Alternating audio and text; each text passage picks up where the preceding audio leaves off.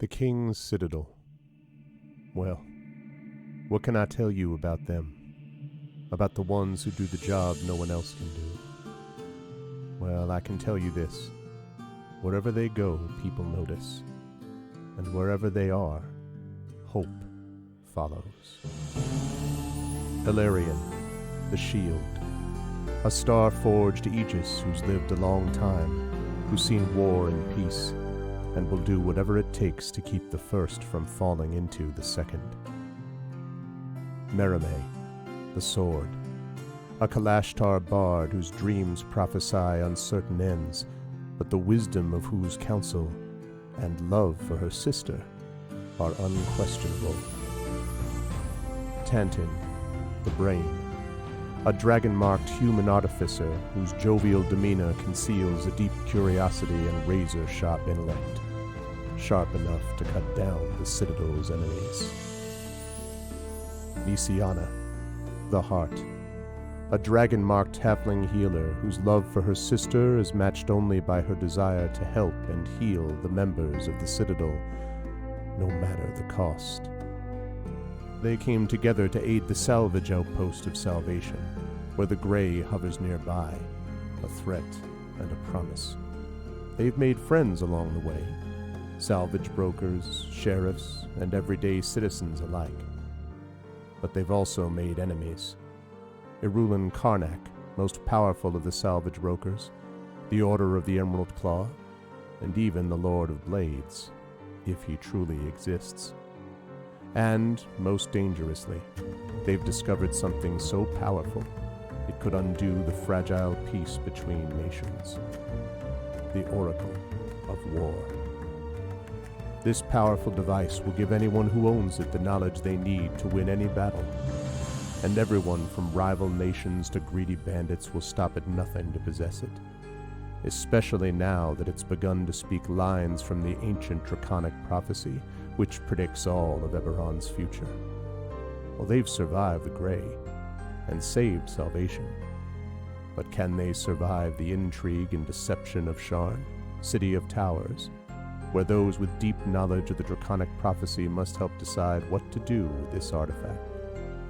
Only if they remember that in the end, all we have is each other and the King's Citadel. Long live the King. Welcome to Eberron. Welcome to Sharn.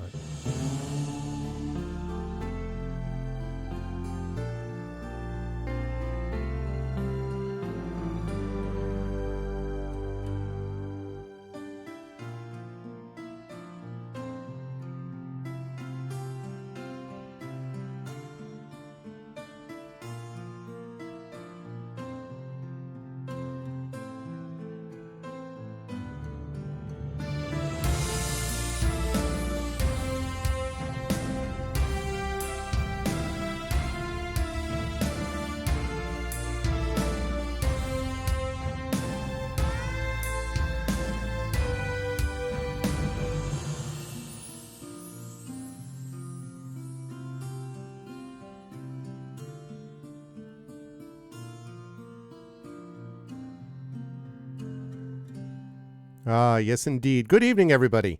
Good evening, Arvanauts. Welcome all to a Saturday night stream. It is July 9th, 2022, about 8:55 p.m. Eastern, and I hope everyone is here and excited and ready to go for day 23 of D&D with Infinity and Beyond. This is Season 2 of Eberron Oracle of War, and we are in Part 2 of the second part of Season 2, and that is The Last Word, which I think I have actually put down as The Last War, which is completely wrong, and I just noticed that, and that's what happens when you're trying to do 6 million things at once. I apologize, by the way, that we started a little bit after time, although I had mentioned that on my schedule. I apologize,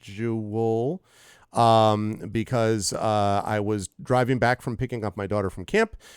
We picked up little Arv. She's great. It was wonderful to have her back again, and we missed her a lot, as I think I've made clear.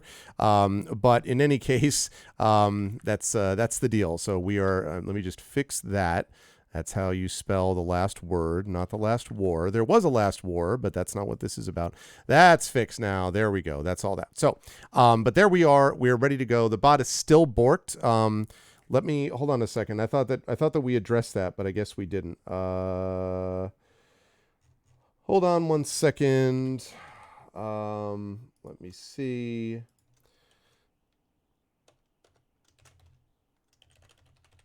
Before we get the chance. My spot has been down since last night. Any thoughts about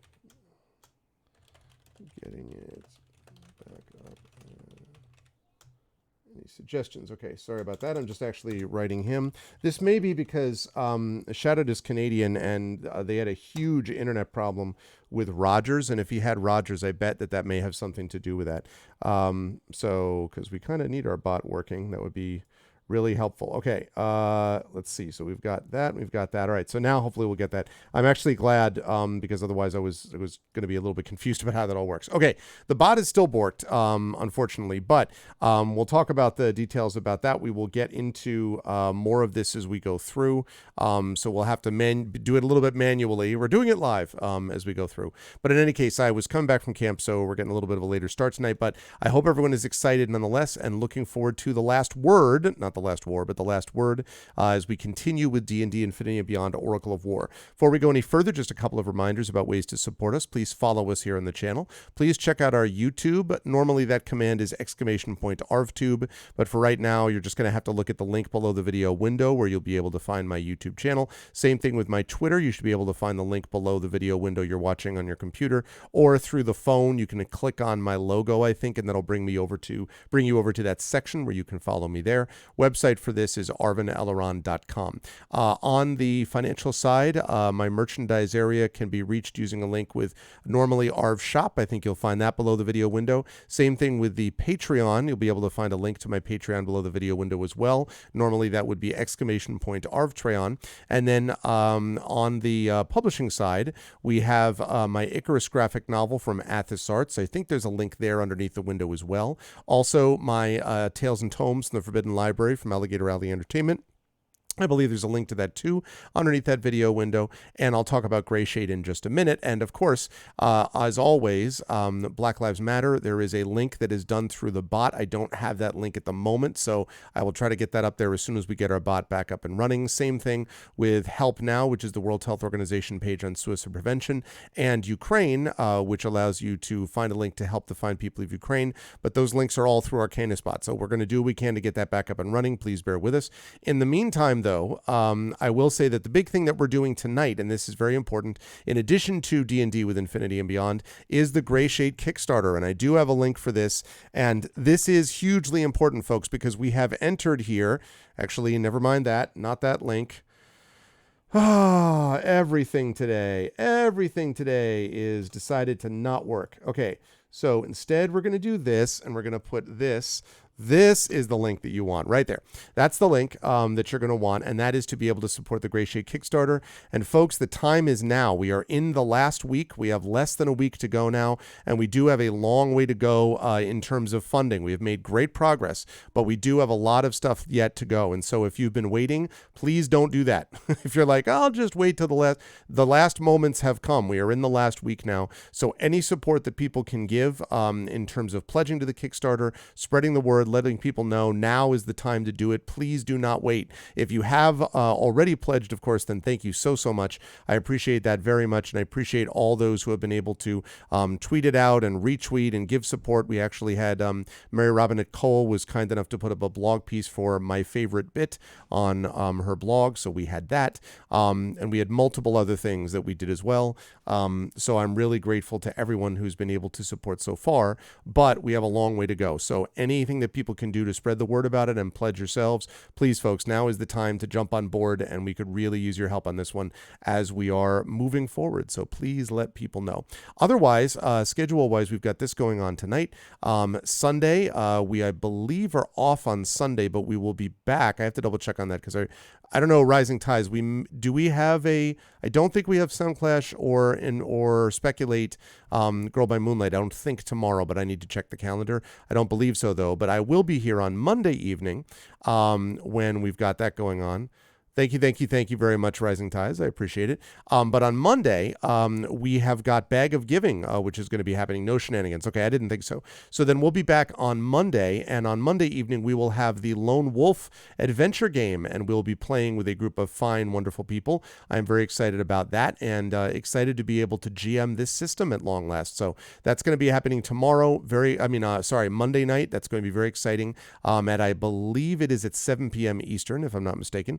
So definitely make sure that you are ready to go and check that out for the amazing Bag of Giving charity events that we do here. And then Tuesday, Gamebook Illustration stream. Also, probably Talisman Adventures, but not 100% sure. It might be Solasta instead over on Pen and Pixels. And then possibly the Our Vocalists on Tuesday night. And then, of course, Wednesday and Thursday, we do not have anything going on those days. But on Friday, we have a big marathon stream. I'm going to talk more about that marathon stream during probably after Monday's Lone Wolf event, but it is going to be an epic 12-hour stream starting at noon Eastern on Friday, going all the way until midnight Eastern. It's going to be a huge push for us. We're going to have a lot of different role-playing games going on. It's basically a massive switch the system event, so you will not want to miss that, and that's going to be happening coming up, as I say, on Friday. But tonight, we have D&D with Infinity and Beyond with Eberron, Oracle of War. And so I'm going to unmute myself and let the folks know that we are ready to go, and apologize for interrupting them as always. And then I will unmute them. And last but certainly not least, I'm going to head over to reveal to you. Have we lost? Why is my camera? I don't know. We're all fine. We're all fine. I didn't. It's not my fault. It's not my fault. I have no idea. Okay, that's working. But I'll bet I know what it is. Ooh, everyone's playing different things, and I'm playing a black, I don't know what, a black swath of nothingness. No, I think. Good for you. Yeah, I know. No, it's Hurry is now from. playing me. Awesome! I'm in. It was what? It was when we were doing the setup, and Jen was working on her high-fiving herself to get her autofocus to stop doing its thing, and her camera disabled and re-enabled because on my screen you and she switched places, and so you probably fixed it on one of the scenes, but didn't fix it on the other. Okay. I thought I told you. I thought I said that I had done it, and I was Did you very just- sorry. It's You quite did. possible. Jen? It's Wow. fine. It's quite possible that's what My happened. fault. My OBS fault. has been just a nightmare today. So anyway, okay, now I've got everybody more or less back where they should be. That's fine. So anyway, now you can see everyone, chat. You can see all of them. We're all fine here now. Thanks. How are you? So we're here. It is good to see everybody, and I will start as per usual with the general. Yeah, blame chat. I'll just blame chat for this. Somehow chat made this happen. I don't know how. I will start with the gentleman at the bottom left, who, of course, those of you who got a chance to watch the stream last night, I hope you had a chance to. It was super good. It was really awesome to watch and listen to the amazing audiobook behind the scenes event that we had with Tren. Tren, that was great. Again, thank you. I know a lot of people were talking about how much that was really cool and awesome. Tren is the Bob Ross of voice actors. We just wanted to be clear about that. And it was all good. So thank you for doing that. How you been, Trent? How's life with you? Who are you playing tonight?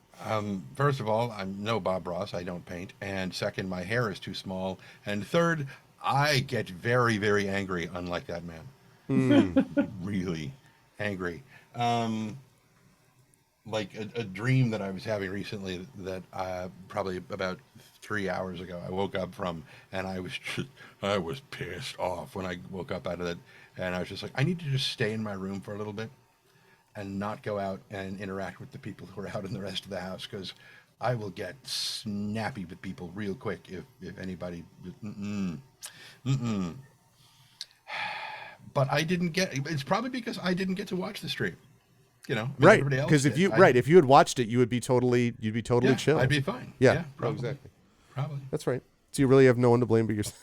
Well, let's also blame chat for that if we can. When not being Bob Ross, Trent, which is always. What are you being in our campaign today, player wise? Oh, right, we're playing today. We are. Right, which is part of the reason I was glad that I broke. Part of the reason why I was glad that I woke up grumpy. There we go. This is where we push M to put a Q marker in. No, that was last night.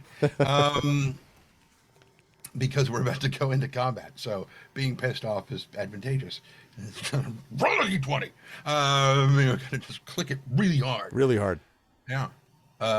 Which is one of the bits of flavor text, well, not text, but voiceover things that one of the orcs in World of Warcraft said. Hit it very hard.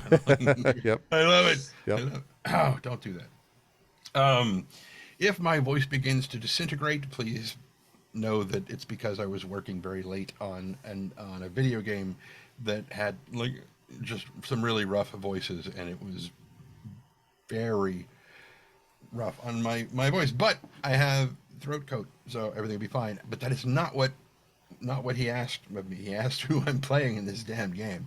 So I am playing Me Attention Tagashon to Kenneth.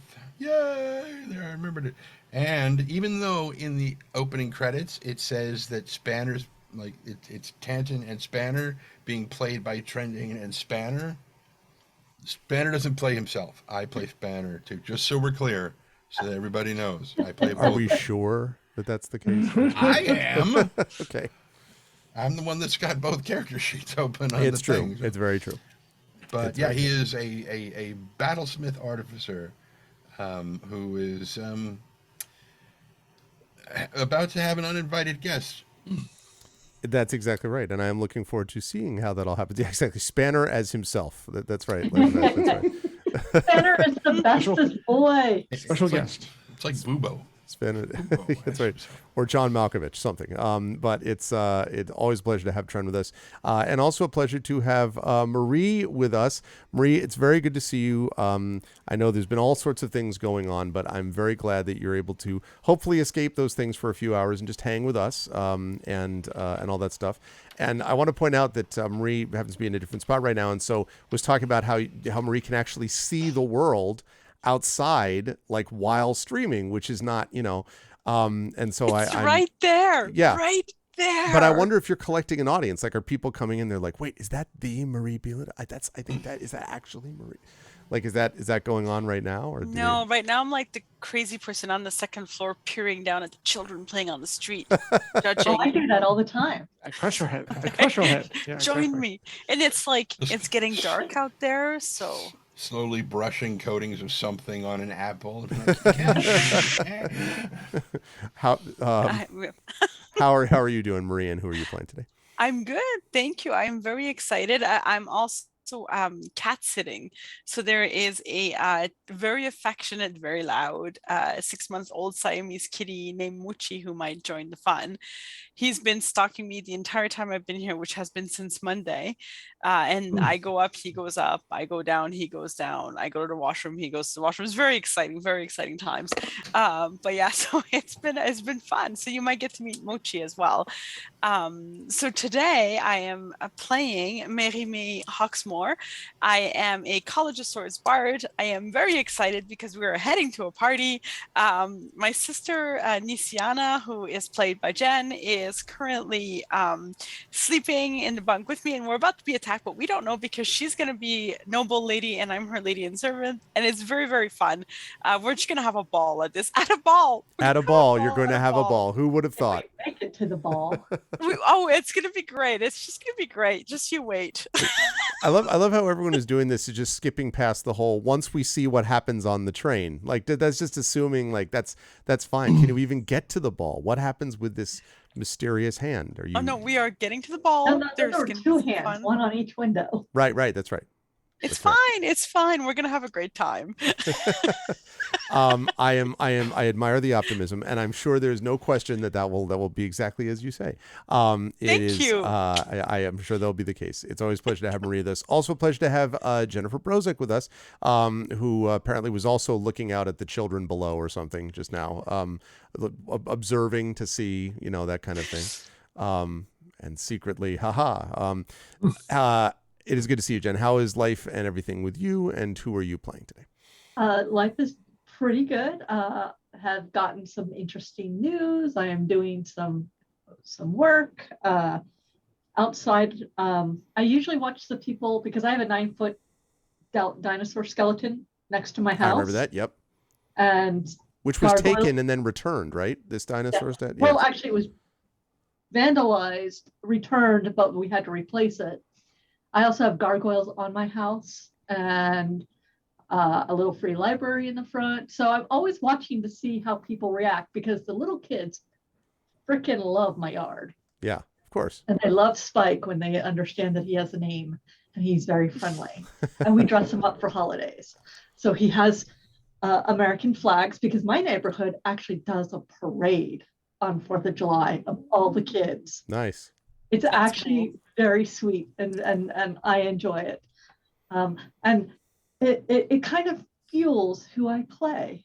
Nisiana Di Gerasco, halfling healer of the House of Healing, who chooses joy. She chooses to look on the bright side of things, though she probably is not going to enjoy her wake-up call. Also, she thinks people should stop taking her ideas because she's not certain about this whole being a noble lady thing, even though technically it's true. But Mm-hmm.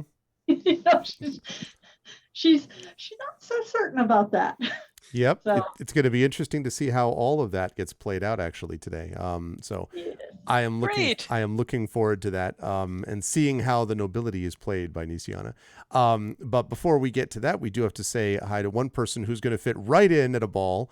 And that, of course, is John's character. John Helfers, of course, is with us. John, it's good to see you. And yes, I imagine that you have thought long and hard about how your character will fit into this by doing real life work on training at fancy balls. I imagine is what you've been doing. I know how committed you are to your craft and all that stuff.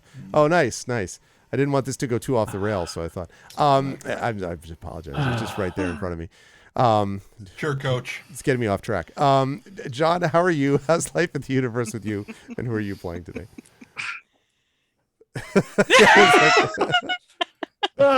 Full speed ahead. Yeah, full speed ahead. See? No, I think Larian would be a delightful dancer after all. He doesn't have to move his feet, or they don't have to move their feet since they hover 3 inches off the ground. So there's no chance of them actually stepping on someone. So it's perfect. Yes, I am John Helfers, radio with Johnny Penda on Twitter and other various places. I'm actually pretty good. It's very comfortable here in Green Bay. It's like 70 degrees or 75 degrees, so not too bad. And and Elon Musk is trying to get out of his Twitter deal, which makes me infinitely, delightfully happy.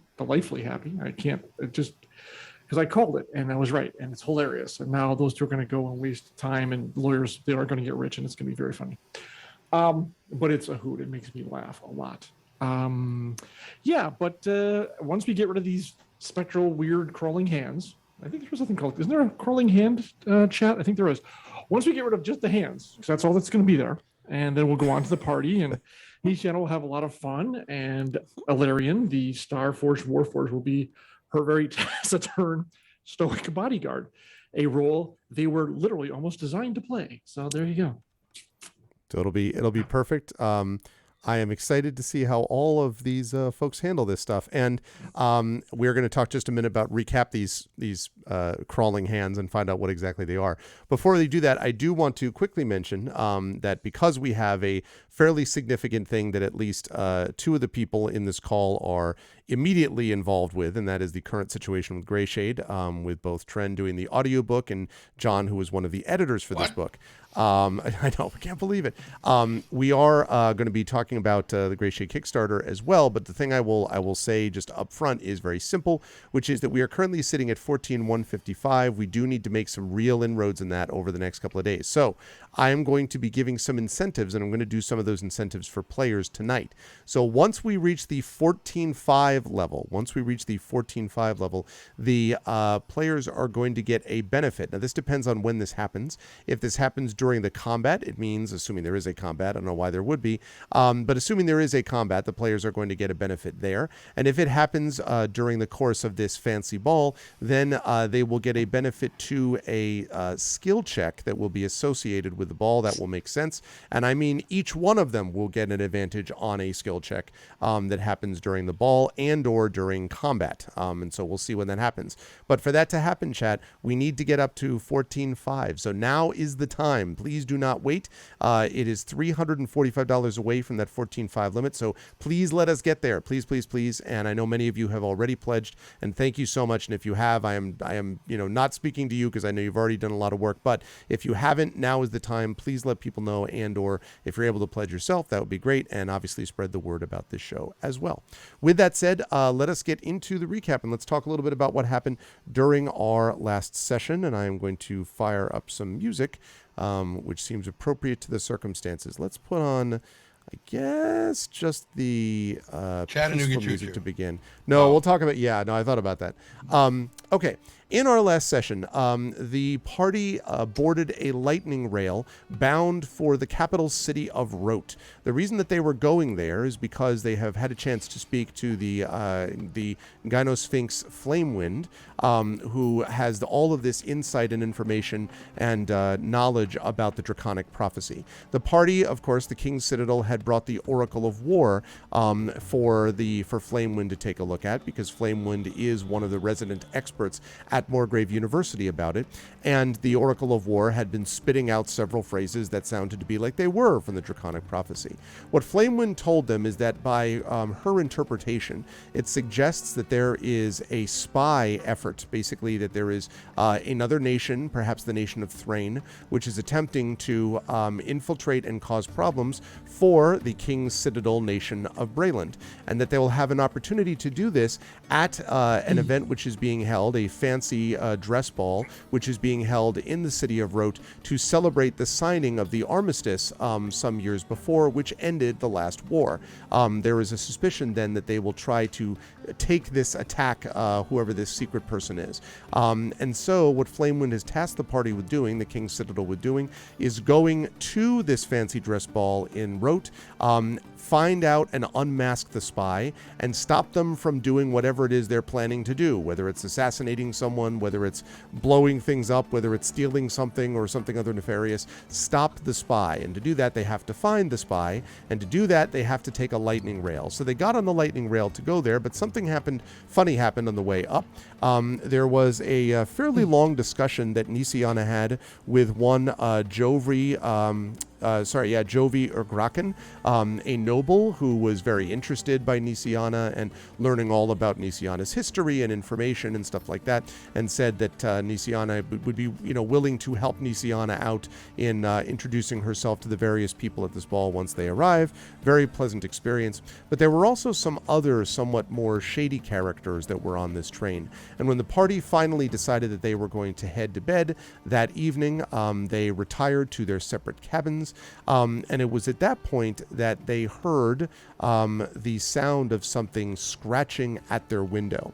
Now, one of the things that they saw was an arm in a red, sleeved in red, that was coming up the window or scratching and trying to open the window of Tantin's cabin. The other arm, I'm trying to remember, was it Nisiana? Was the arm your window? It was Nerime and Nisiana are together in the same right. cabin. So was it your cabin that it was doing? Yeah, it was our cabin, because I believe correctly, Alarian is actually in the hallway. Right. That's right. And so this is. No, I'm in a room. The map is exactly where I am. I'm in a room behind Trendane.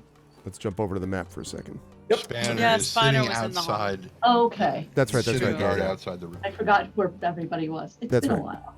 Yep. There. That is right. So we're going to move ourselves there over. we go. I mean, I am right next door, but because he's the one who perceived the scratching and came into Tantin's room, which woke Tantin up, and Tantin looked at the window and was like, "Oh, that's not normal." You know why it's this the is outside doing this? Porter. That's what it is. Right. Yeah. Okay, hold on a second. So my webcams are screwed up on here again. I think I know what this is doing. I really, okay, let me see if that's what's doing it. Okay, so just 1 second here. Let me solve this problem.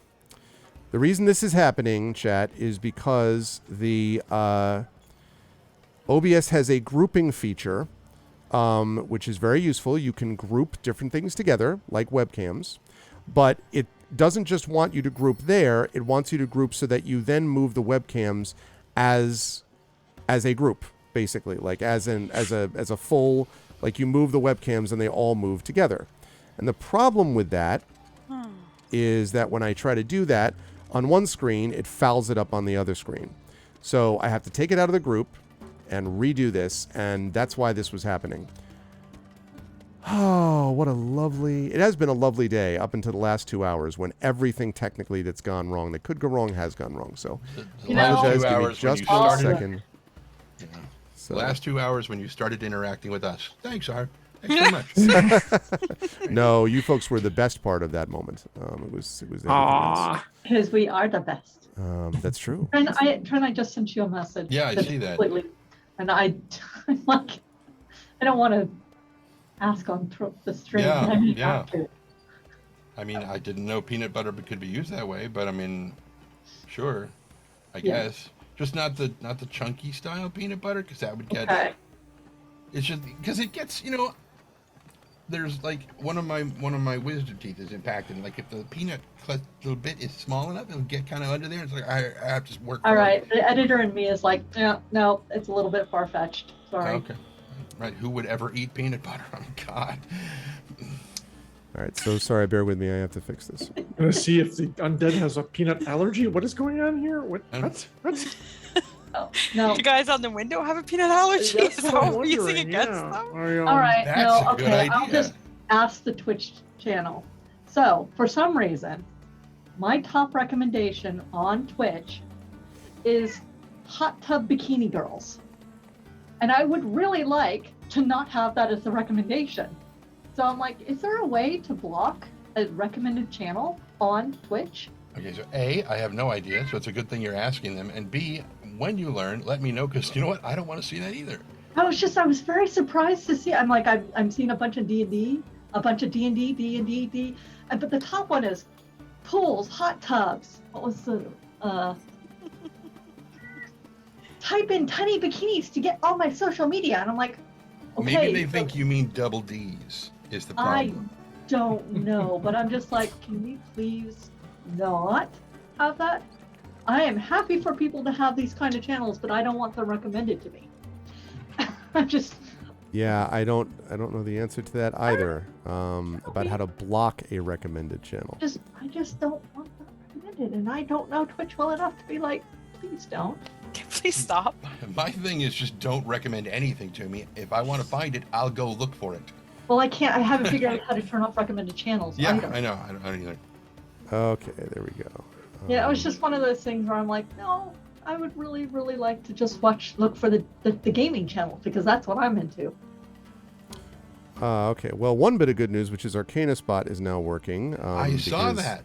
So that's wonderful. Thank you Hey. very much, Shadow Mage. Hey, Arcana Spot, have you backed this Kickstarter yet? Because I'm willing to bet you haven't. Dick. Oh man, Arcana Spot's been away, off on a bender or something. Okay, so let's get that one over there, and now we can get John involved. I now have a cat who's decided that he does not care whether or not he is hot and heavy, and I do not want to hold him. And since I've been gone gaming at my other game during the day, and the husband went gaming to his friend's house, the cat's like, no, you will love me, and you will love me now. Right, meow. Big fuzzy lump. Good. gray Okay, lump, that is all yes. fixed now. All right, my apologies that was not working. Now everything is working again. Is it? Okay, and now we can back over there. Great, lovely. So, all right. So the two then that heard was, so Nisiana and Merime, who were in the one cabin, heard this scratching sound coming from the window. And then Spanner came to notify Tantin that there was this sound. And Tantin can see over on Tantin's window this crawling, this hand that is moving towards the window, which is, all jokes aside, not apparently a disembodied hand, but presumably attached to someone on the other side of the window. That was my next question. Right. And so I'm now going to hand things over to the party. Hand things over. What would you like to do? Yes. What would you like to do and not be disarmed against this thing? Did Nisiana and Merime know? I wasn't Oh, clear.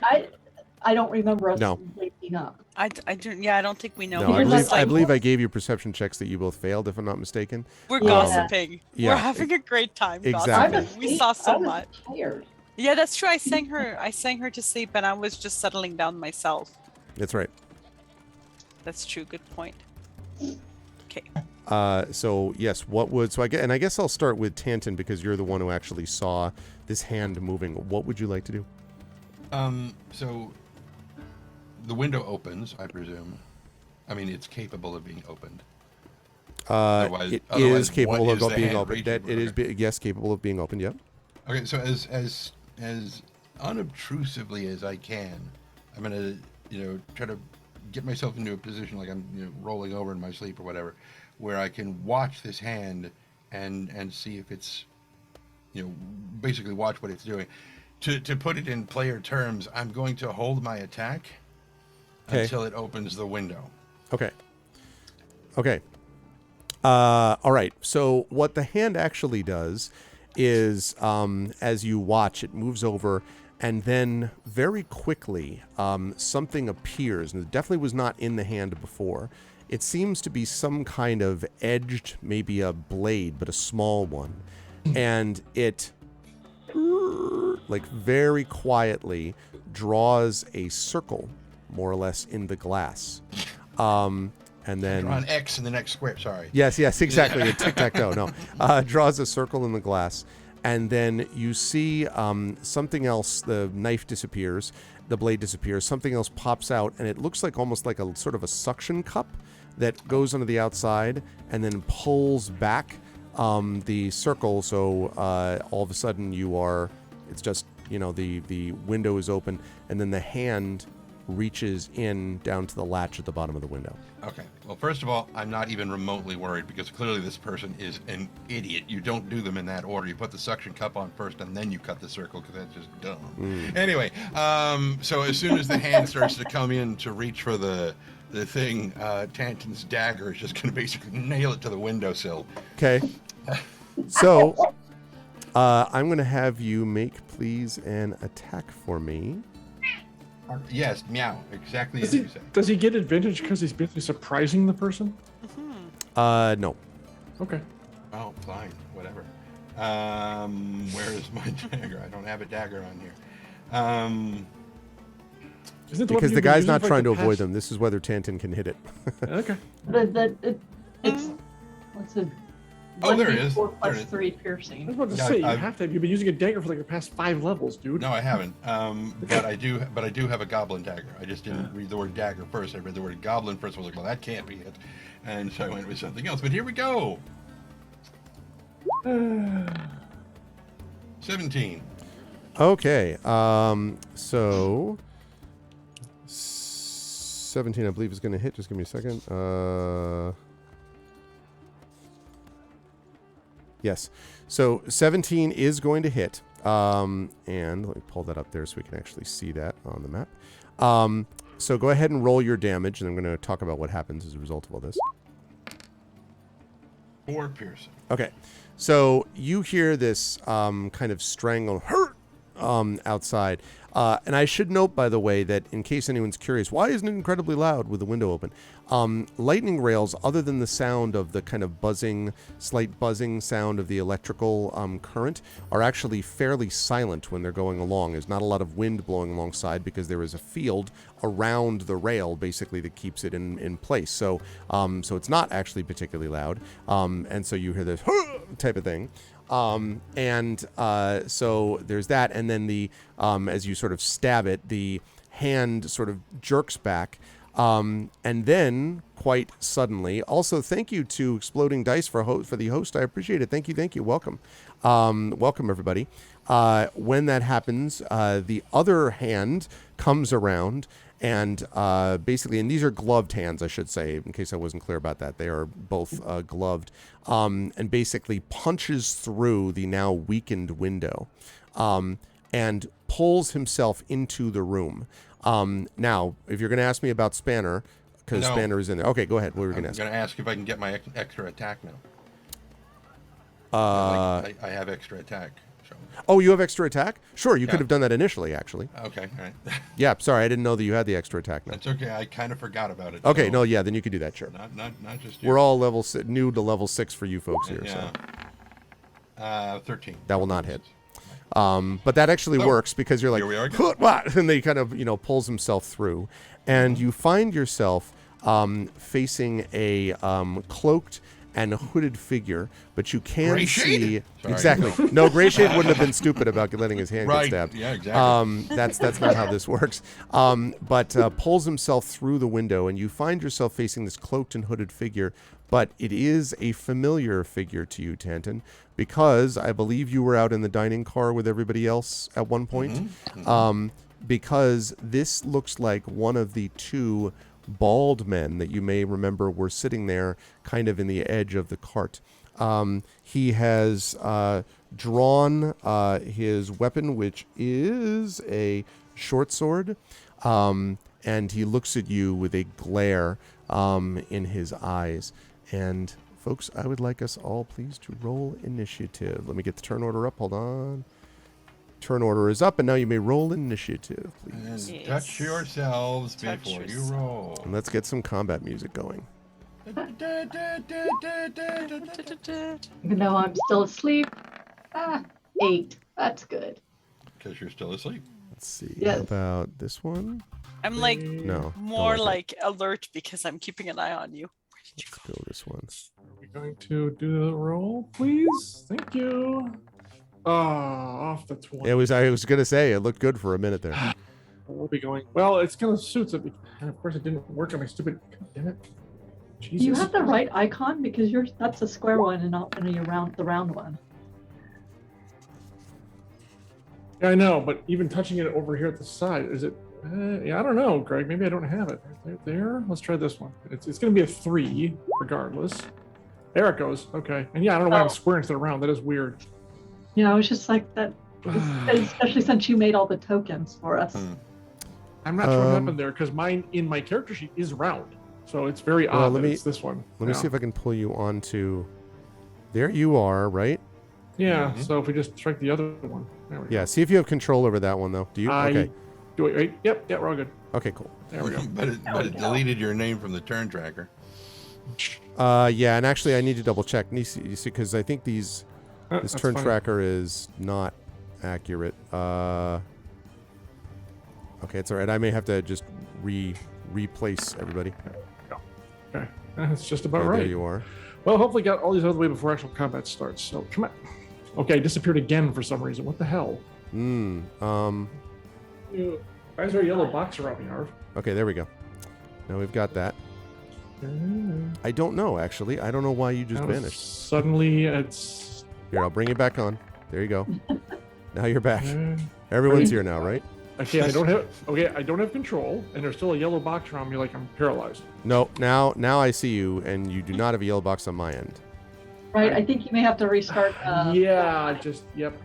I love the fact that in the game chat, it's just Alarian's initiative roll, initiative roll, initiative roll, initiative roll. Yeah, I know. It's just like what the. Rebooting. Yes, exactly.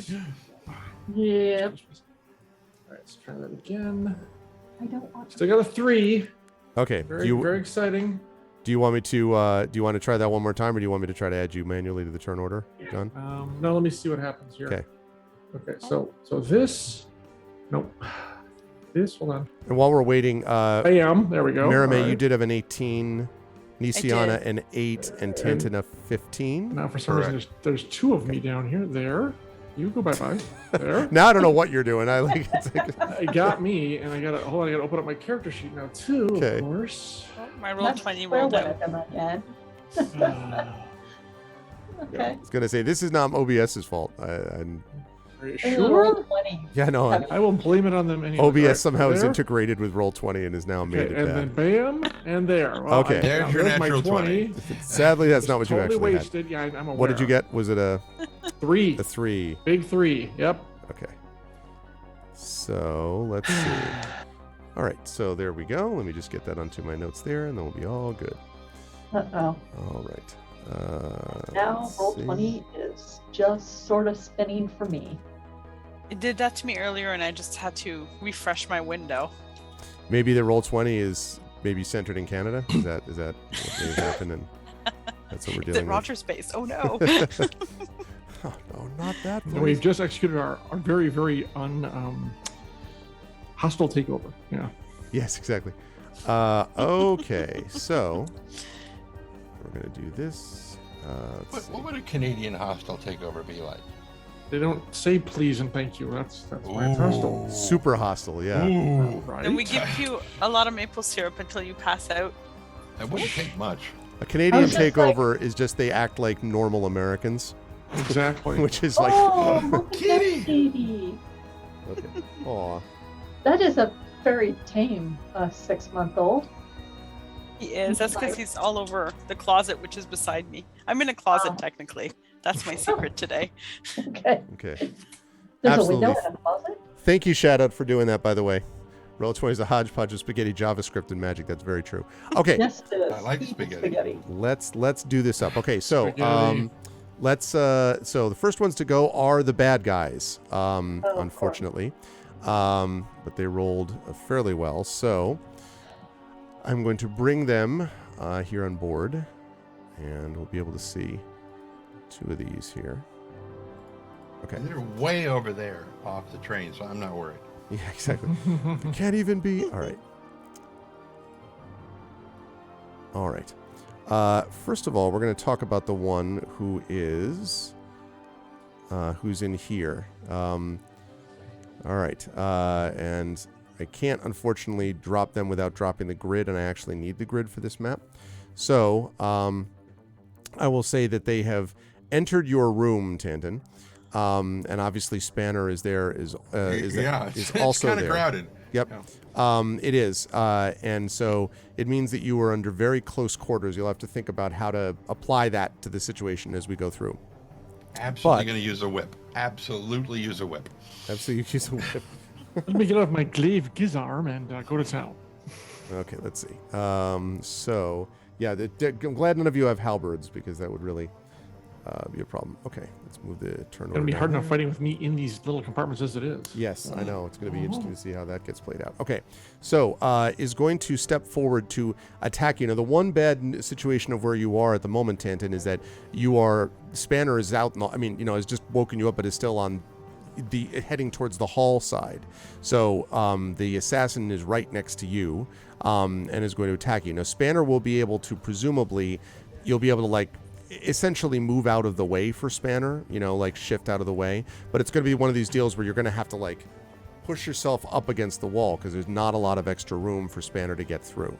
That said, though, the assassin will be able to get an attack off on you. Although you're looking confused. Why? Is there something? Well, I'm trying to figure out how far away Spanner is from me because he came in to wake me up. He did. He's right behind you. It's not the distance. It's the order of where you are. He came in from the hallway side, so he did bump into you and I'm woke you up. kind of tucked Exactly. into Exactly. the corner. He's there. Guys here. This here. That's right. So he'll still be able to attack the guy, but my curiosity is that because he can infer disadvantage or yeah, he's I there, don't. This is why. Yeah, I don't Why think that's going to work here because of the positioning. And in fact, it occurs to you, Tanton, that this may be one of the reasons that this was set up this way by this clearly professional assassin, despite the fact that you stabbed him in the hand. So not professional enough, but all right, so he's going to come in with his short sword. Very appropriate, I think, that he critically misses on that one, because his hand is still, hurting him.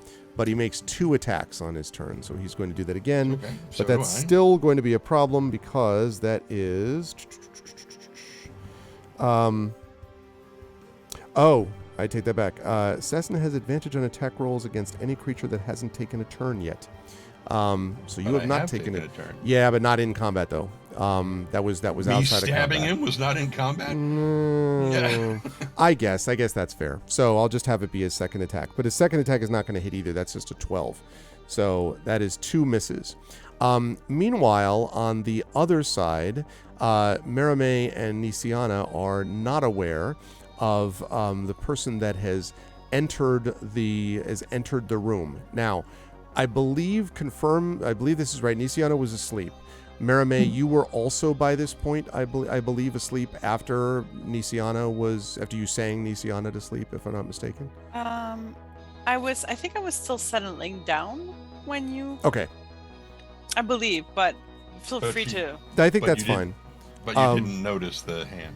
No, I didn't notice the hand, but I was still. So I think what's going to happen then is that as the assassin cloaked, as this figure leaps through, and leaps through to attack you, not the sleeping halfling, which is probably less of a threat insofar as G is asleep.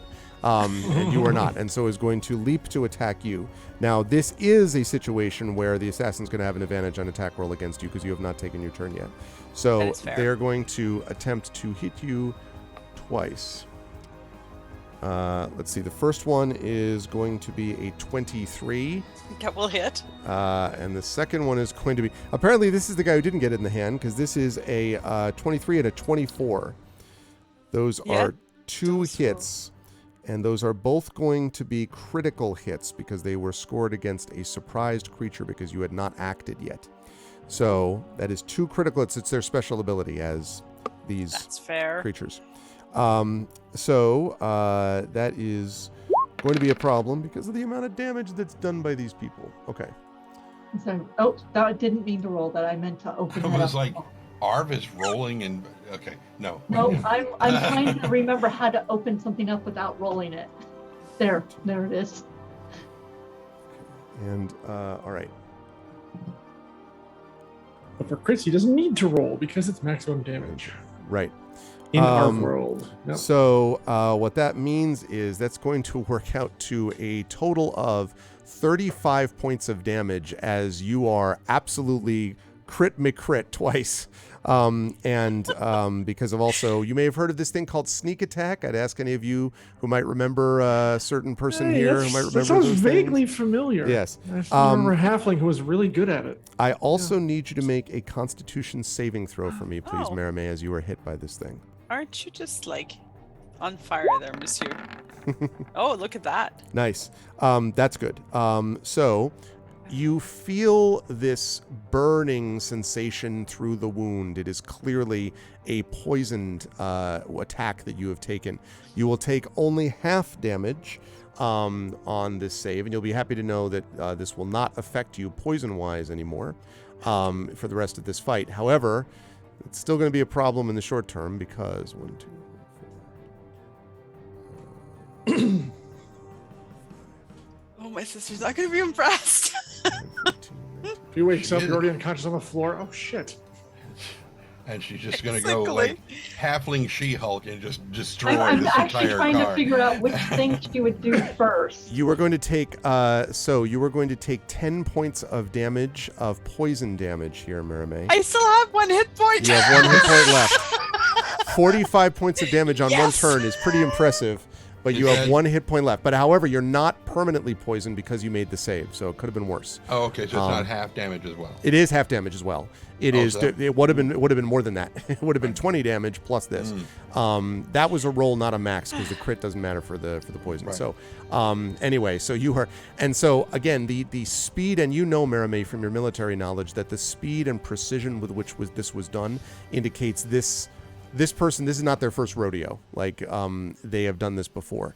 Now the good news is that you are now able to act.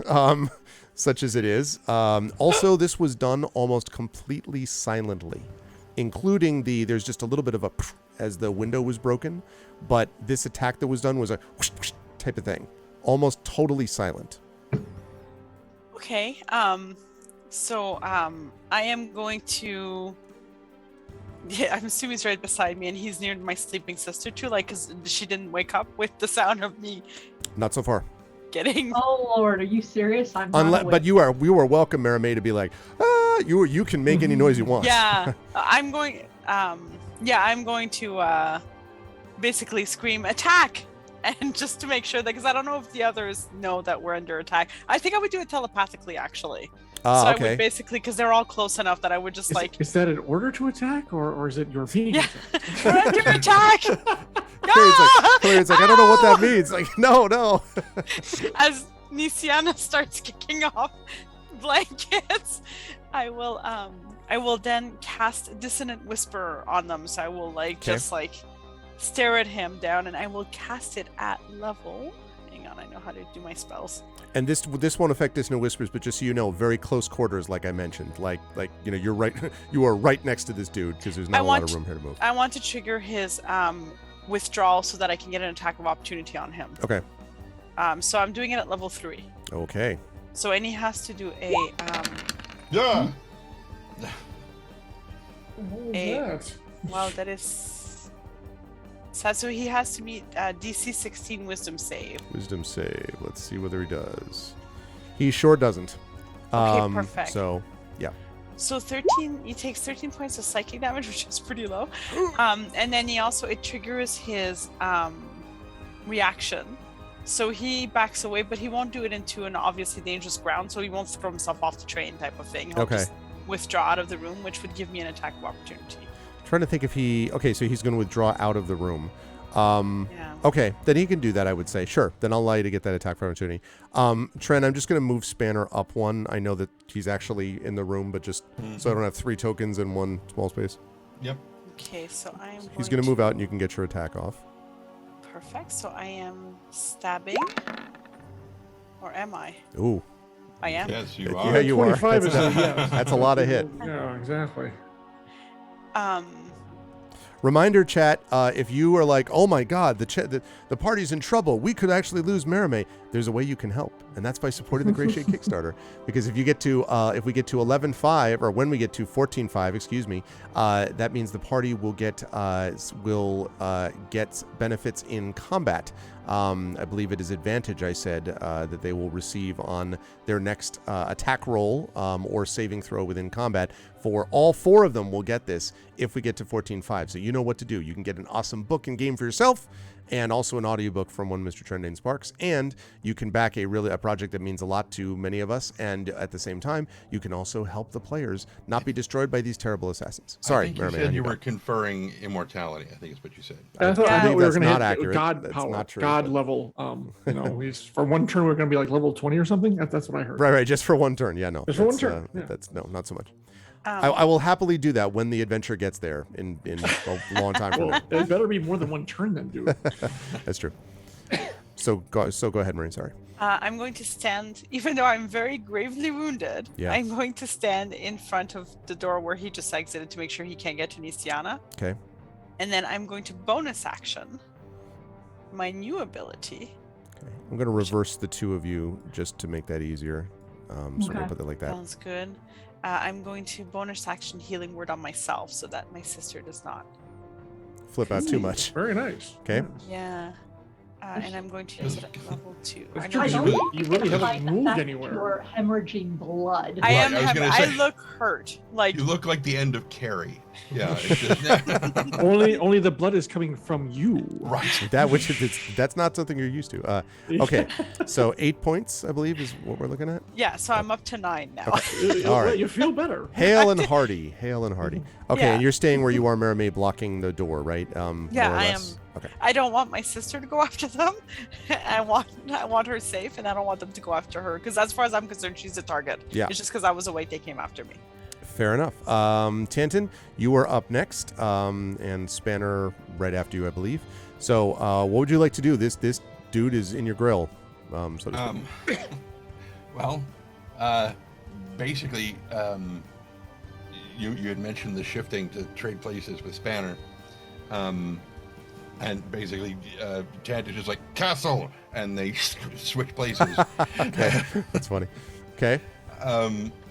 And as he's now moved into this second position, he kind of Just sort of- glances behind him and sees this other dude in the hallway, and is like, With his back to you, yeah. right. I'm like, shit. And so Tanton turns and just is going to attack the dude in the hallway and let Spanner take care of the guy that's here in the room with us. Okay, fair enough.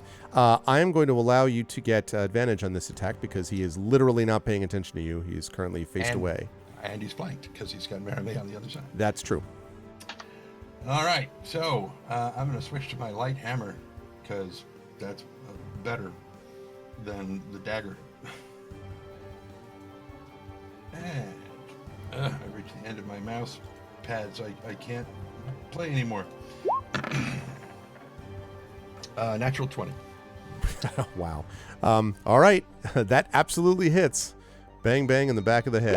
And that's going to be... Max damage. Yeah, it's max damage I know. anyway. He's just I'm checking. trying to remember Okay. what it is. It would be 4 plus 5, 9 points of bludgeoning damage. Okay. All right. You hammer him. He pitches forward, though not over. All right. And meanwhile, That's Spanner is dealing with the other Extra dude. attack. Yes, the extra attack. That's gonna have to remember that. I keep forgetting. Me too. And so this will also be at avantage. 22. Yep, we'll hit. Not crit. 9 points of bludgeoning damage. All right. Good stuff. So bang, bang, forward. So yeah, you're now, and you are where you are in your position because you're pretty much like everyone's got people to the left or right of them. So now Spanner's up and has a chance to attack this other dude. And he is going to. And while he's doing that, as he's doing that, Tanton is basically like, Eberron! And so 17 or 17. 17 will hit. So that will be 10 points of force damage. 10 force, Nice. force damage. Okay. Wait, that's this guy. Okay, good. Okay. Right. So I'll make sure I had everybody in the right spot. Great. Okay. Success. Does he have an overbear Spanner? Like a he has to make No. Okay, I want to make sure. Yeah. Okay, so that's Spanner. Spanner is obviously going to stay where he is. That's going to lead us to Nisiana. Nisiana, you are jolted awake with a and you're in the bed. You can see the very bloodied form of your sister standing in the door facing someone outside of it. You can't see what. You can see the window of your cabin has been broken into, and there are shards of glass on the ground. And you can see that she's quite hurt. Because you're prone, having just been woken up, you can stand up, but you won't be able to move beyond that. But she's like 2 feet from you anyway, so I don't think that's a problem. Because I don't actually know what's happening, but I know my sister's hurt. I'm going to do cure wounds at the highest level I can. Okay. I'm not, since I don't actually know what's going on. So let's see.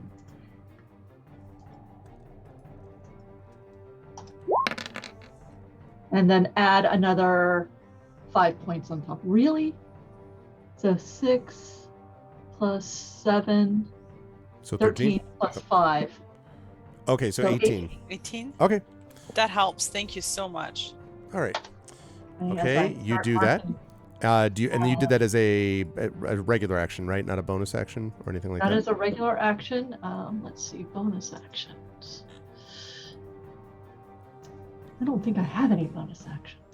Also, by reminder to the party, way, don't forget actually- about hero points. Don't forget, because you all have a single hero point. Just be aware of that. Yes. And since this is the first time that we've used healing since we leveled up, Yes. Nisiana's symbol, which has been on her forehead, seems to glow much brighter. Okay.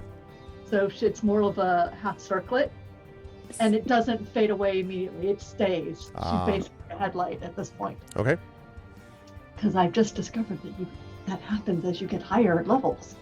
Nice. Your dragon mark gets more and more. Yeah, you just don't joke around with that dragon mark. Nice. Okay. Yes. So I'm glowing. I stand up. I touch her. At this point, I don't see what the danger is. So I basically wait to see what's. I ask what's happening. You probably hear Tanton yell, Eberron! Yeah, you definitely heard that. So What's happening? yeah. Well, Mermaid's a little just watching something outside of in the Yes, hallway. I know, but she's. Yep. She's. Yep. I should have put grin your way. It's fine. Yes, well, Blood still streaked on her. Okay, Alarian, you definitely heard, Alarian plus the telepathic message yeah, from Mermaid. exactly. So They will step out into the corridor, and I believe there's a shadow and a shadow right here. There, that guy. That's right. Now, that guy, to be clear, that guy was hit. Now, you do not have a flank, because despite where I have Tanton, he's actually in the room. He's actually in the room. So, yeah. That's fine. So. And the hallway flares with the glow of the star sword that emerges from their gauntlet, and they will Voltron. attack. Okay. Yeah, pretty much. They will attack twice. Okay. First one is a 26. That will hit. 6 points of damage. Okay. Second one, big fat 9, which I'm assuming will not hit. That will not hit. All right. I'll tag him at least, and out in the corridor. So trying to make sure he gets his attention. Yes, seems to have done so. Good. Okay. Bring it. I'm fully armored, armor class 22, etc., etc. Okay, we get to the top of the round. All of you begin to hear a little bit of commotion from elsewhere in the car, like the sound of, some sort of muffled sounds of people getting up maybe and coming to because the sound of this combat has now spilled out into the hallway. We will come back to the theoretical implications of that in a minute. All right, that brings us back up to the bad guys. First of all, we'll deal with the one who's dealing with Spanner. And so he is going to attack the dog. Let's see. With this. Boy, terrible. That one has not been able to hit anything. Again, it's so perfect though, because he can't concentrate because he has a freaking knife wound in his hand. So that's why he's trying to hit with what is that? An 11 and a 12. Sorry, 10 and 11. I beg your pardon. Which both miss, I assume. Mm-hmm. You must have really gashed him, dude. Yeah, it was really something. Well, the blade was not vertical between the phalanges; it was turned sideways, so it really, Yeah. Despite the presence of Eberron, this guy, the other one in the hallway, is going to focus his attention on whoever is inside the room, which presumably is, from what you can tell, Eberron, Merime, probably, and is going to attack with. That is a 13 and an 11. That misses. Yeah, those are not. Oh, good Mr. rolls. Not so good ones. You don't have surprise anymore, tough guy. Exactly. Okay. That's going to be it for them. That leads us to Merime with Tanton on deck. All right, Merime, what would you like to do? I'm going to use Shadow. I'm kidding. Blow up the train. Yes. I am going to attack with my rapier. Okay. I'm going to try to stab him. Wow, that absolutely hits. Awesome. Remember, you have advantage. That's right, actually, because you're right, because Tanton's on the other side. I'm going to see if I get a natural. No, we'll stick with the first. Natural one. You did. Yeah. Quite right. I did. Quite right. Let's Okay. go. Let's see if I go the other way now. So right, you take 13 points of piercing. I'll flourish on my second attack. All right. Because there will be a flourish. Okay, so second attack. Sorry, I'm on my laptop and everything is very small. Yeah, I saw. Yeah, when the cat tipped my camera over. Mm-hmm. So another 25, is that? Another 10 points of And 10 piercing. points piercing. Okay. And I'm going to do a flourish for my armor class. So a defensive flourish where he will take 1d6 of damage and I will add that d6 to my armor class for the next round. Oh, wow. So that is a 5. So you take an Wow. extra 5 points of damage. All right. That was a lot of damage on one turn. Okay. Good. So let's see. Okay, good. All right, that is you. I assume you're staying where you are, Merime, because you don't have a lot of not a lot of places to go, pretty much. Yeah, but I'll just tell my sister, stay safe behind me. Ilarion, Tanton, and I are flanking them. We're going to take them out. Okay, that's going to lead us to Tanton is up next. You are on the other side of this same dude. I'm going to light hammer him again. Now, when I say light hammer, I mean it's not a very heavy hammer. Not that it is a hammer made of light. So Light hammer. Mm-hmm. It's made of balsa wood. Does 16. no damage. 16 will hit. Okay. And that will be 9 points of bludgeoning. And for the second attack, also at level This guy's taking a lot of damage. He's looking very hurt. Non-natural 20. Yep, will hit. For 6 points of bludgeoning. Okay. Yeah, looking very, very hurt. Okay. Tanton would be like, "You should probably sit down and surrender." Okay. All right. So you say that. Spanner is up. Yeah, the light hammer of ineffectuality. Exactly.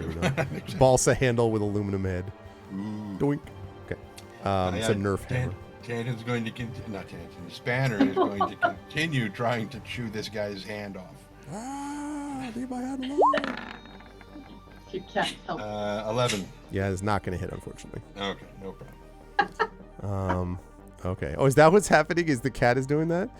Yes, the cat is helping. The cat is throwing everything down. He threw my camera. Now it's good. I got this. That's funny. You warned us. You warned us before we went live. You did. that he was You absolutely did. I did. Okay, so good stuff out of Spanner. Spanner staying, I assume, in the room alongside. Okay, that's going to lead us to Nisiana with Alarion on deck. Nisiana sees a shadow that they're fighting. It's going to sacred flame it. No?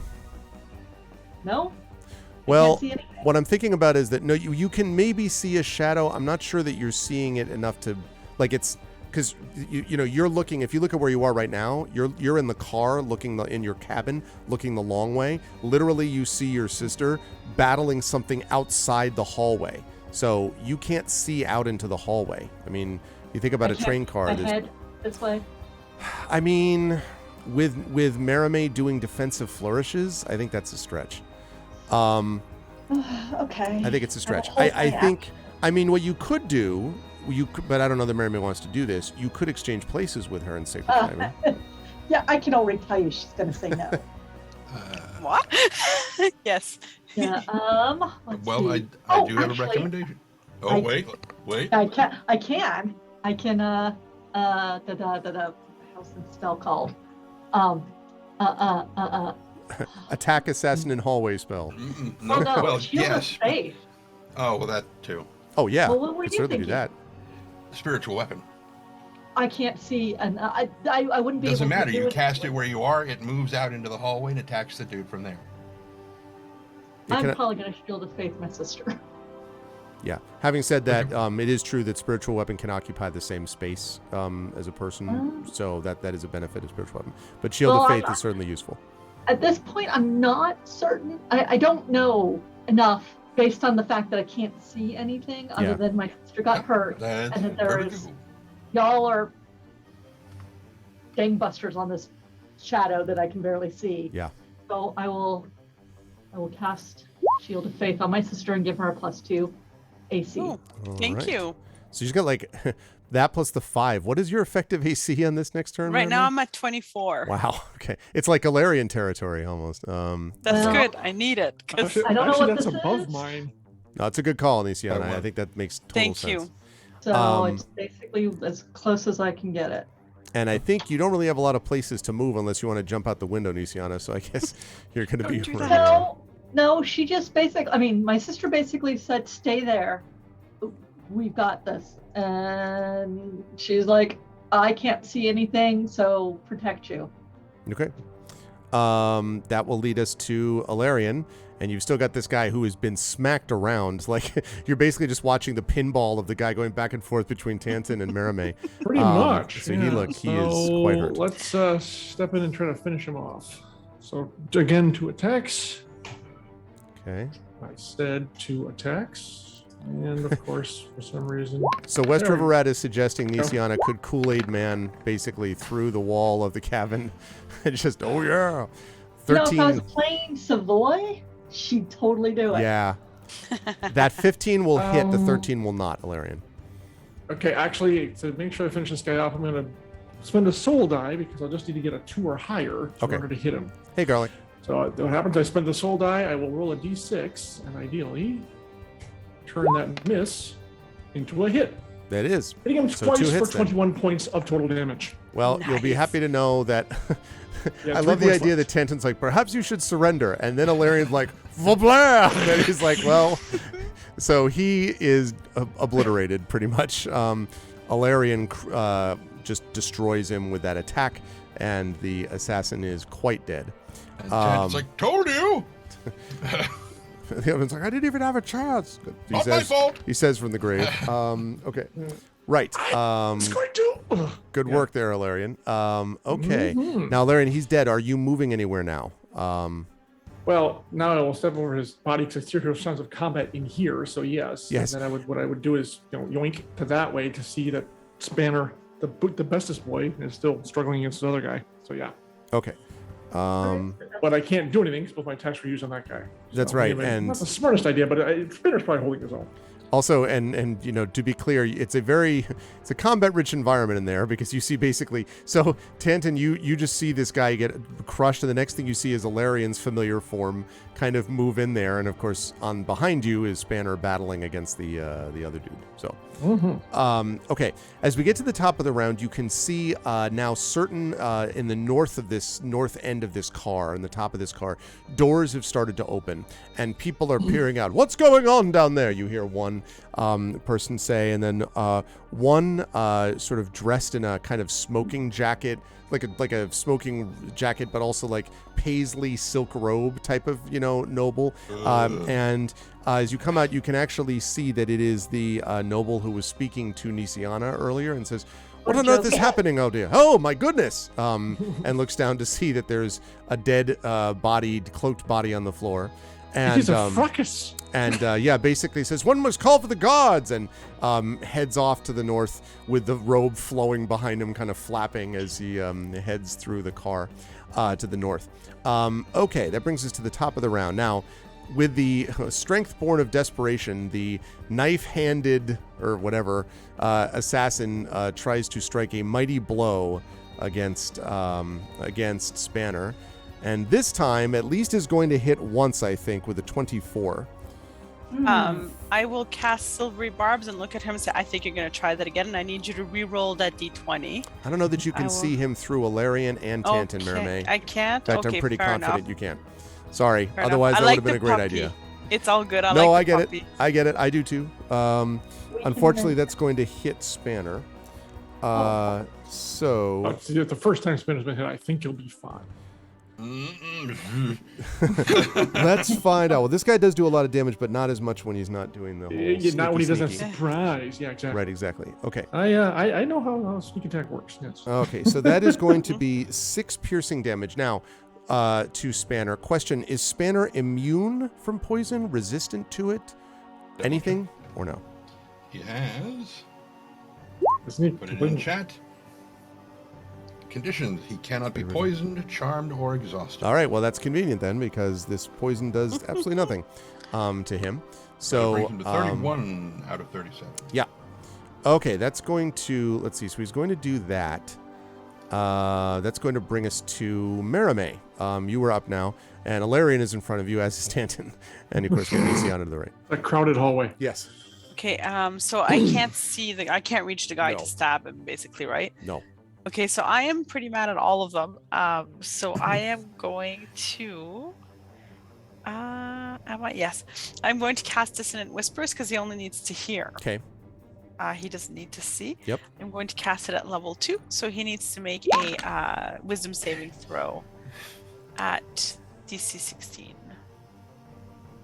He will not make that. So it's 10 points of psychic damage, and it triggers his reaction again. So this is going to be difficult, though, because he doesn't really have anywhere to go. He can't, unless, well... Jumped off So the he's going to train. try to He withdraw. does. He Well, might be he- able to do that, but he's not going to do something. It's not suicidal, but he But he'd definitely climb up could on the try to roof. withdraw. Yeah. Yeah. So I think he'll do that. So he's going to try to withdraw out that window, which means that Spanner is clearly going to get an attack of opportunity as he goes. So you can definitely do that. Do I have the opportunity to do that too? No, because you've got Tanton Okay. in front of you That's and fine. Spanner in front of him. Yep. Um, All right. It's really hard to tell because, I mean, with the map, because Tanton is Yeah. actually in the doorway. Yeah, I would be doing that if it were for the fact that you'd have like 5 tokens like right on top of each other. Right. Right. Okay, so 14. not quite enough. So he is now out here, and let's see, he's going to go 5, here. You think that it's that way that he went, but you're not 100% sure. Okay, good work, Merame. So you could theoretically try to exchange places or like move, like into the hallway and south of Alarian, assuming he'd allow you to do that. No, I'm going to stay near my sister. Okay. I'm good. She is safe. In that case, I'm going to. That's going to bring us to Tanton. Tanton, you saw this dude just jumped out of the window, basically, but not like again jumping to the ground. Climbed out of the window. Climbed out, yeah. I mean, I saw him climb in. Makes Yep. sense that he'd be able to climb back out. Yeah. Okay, so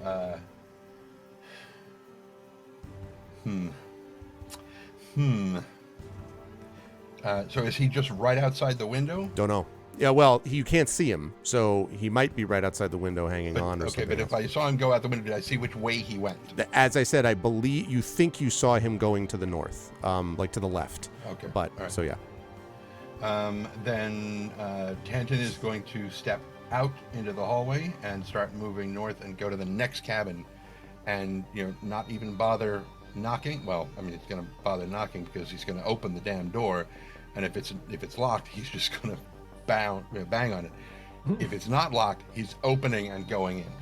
Okay, so when you do that, I need you to make a strength check because as you're trying to go in, someone is trying to go out at the same time. So I need you to make a strength. So you literally like you're trying to like open the door while the guy is also trying to open the door. Does the door open both ways? The door slides. So he's trying. Pocket What you're door. trying to do is Yeah. basically he's trying to open it at the same time. Well, actually, you know what? So let me put this a If different way. we're both trying yeah, to yeah. open So it, why actually, does- actually, what will happen instead then is as you open the door, you find yourself face to face with an extremely confused looking person. Looks to be perhaps a female elf, dressed in a robe fully and all that, but is literally walking out and like bangs into you as and then like stumbles back and then looks at you and please don't, no, and she like stumbles back against the wall. Okay. And as You soon as she's brute, out you of the way- brute, you vicious brute. Oh, Blazing Saddles. Love that scene. Anyway, such a great scene. Anyway, so as soon as she's like backing up and into the wall, he's going to finish his move, go straight to the window. Okay. And just be ready to bust through it and either break through it and grab the dude and pull him in or just light hammer him off the damn thing. He'll figure it out when he gets So if you go, so let's see, so 5, 10, I think you could try to open the window because there's nothing out the window at the moment that you can see from inside the cabin. You could try to open the window and look out if you want, Tanton, and that would wrap up your move if you want to do that. I would be in this cabin, wouldn't I? That's right. At that window. Sorry, what did you say? I was reorienting. That's okay. You can walk into the room. You can do all that. You have enough movement left. You could go. You could actually open the window, you think, and look out if you wanted to. That's smart. Yeah, sure. Tanton's dumb in some ways. Very average. I mean, wisdom. I'm not telling you what to do. You don't have to. I was just telling that was what your movement allowed. I mean, just this assassin set up a guillotine right around this window just in case this might happen. It's a Or long a short play. sword to the eye. Yeah. Yeah. Yeah, you don't have to do that, but I'm just letting you know your movement Very works. sod-like, setting up a poison. Anyway, he'll go over and I mean, he'll kind of glance to see if the dude is moving this direction. You don't see him there. Okay.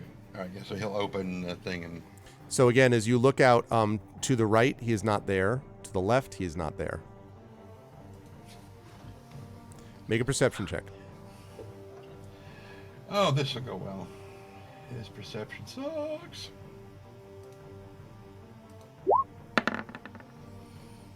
Eight. Okay. You don't see him anywhere, left, right, Really? or yeah. No. Exactly. But you don't. I mean, like, so. If only he hadn't forgotten the third dimension. Right. Exactly. So anyway, those are the things you do or do not see. And the person, by the way, is just huddled on the ground, like, oh, please don't hurt me, please don't hurt me, please. As you're just looking out the window. Did I forget to let Trende know it's Dress in Black Friday? Since it's Saturday, I don't know what I would have. Yes, you did. Sure. I guess I did forget to tell you, but didn't know that it was. Good to see you, Dragon Spirit.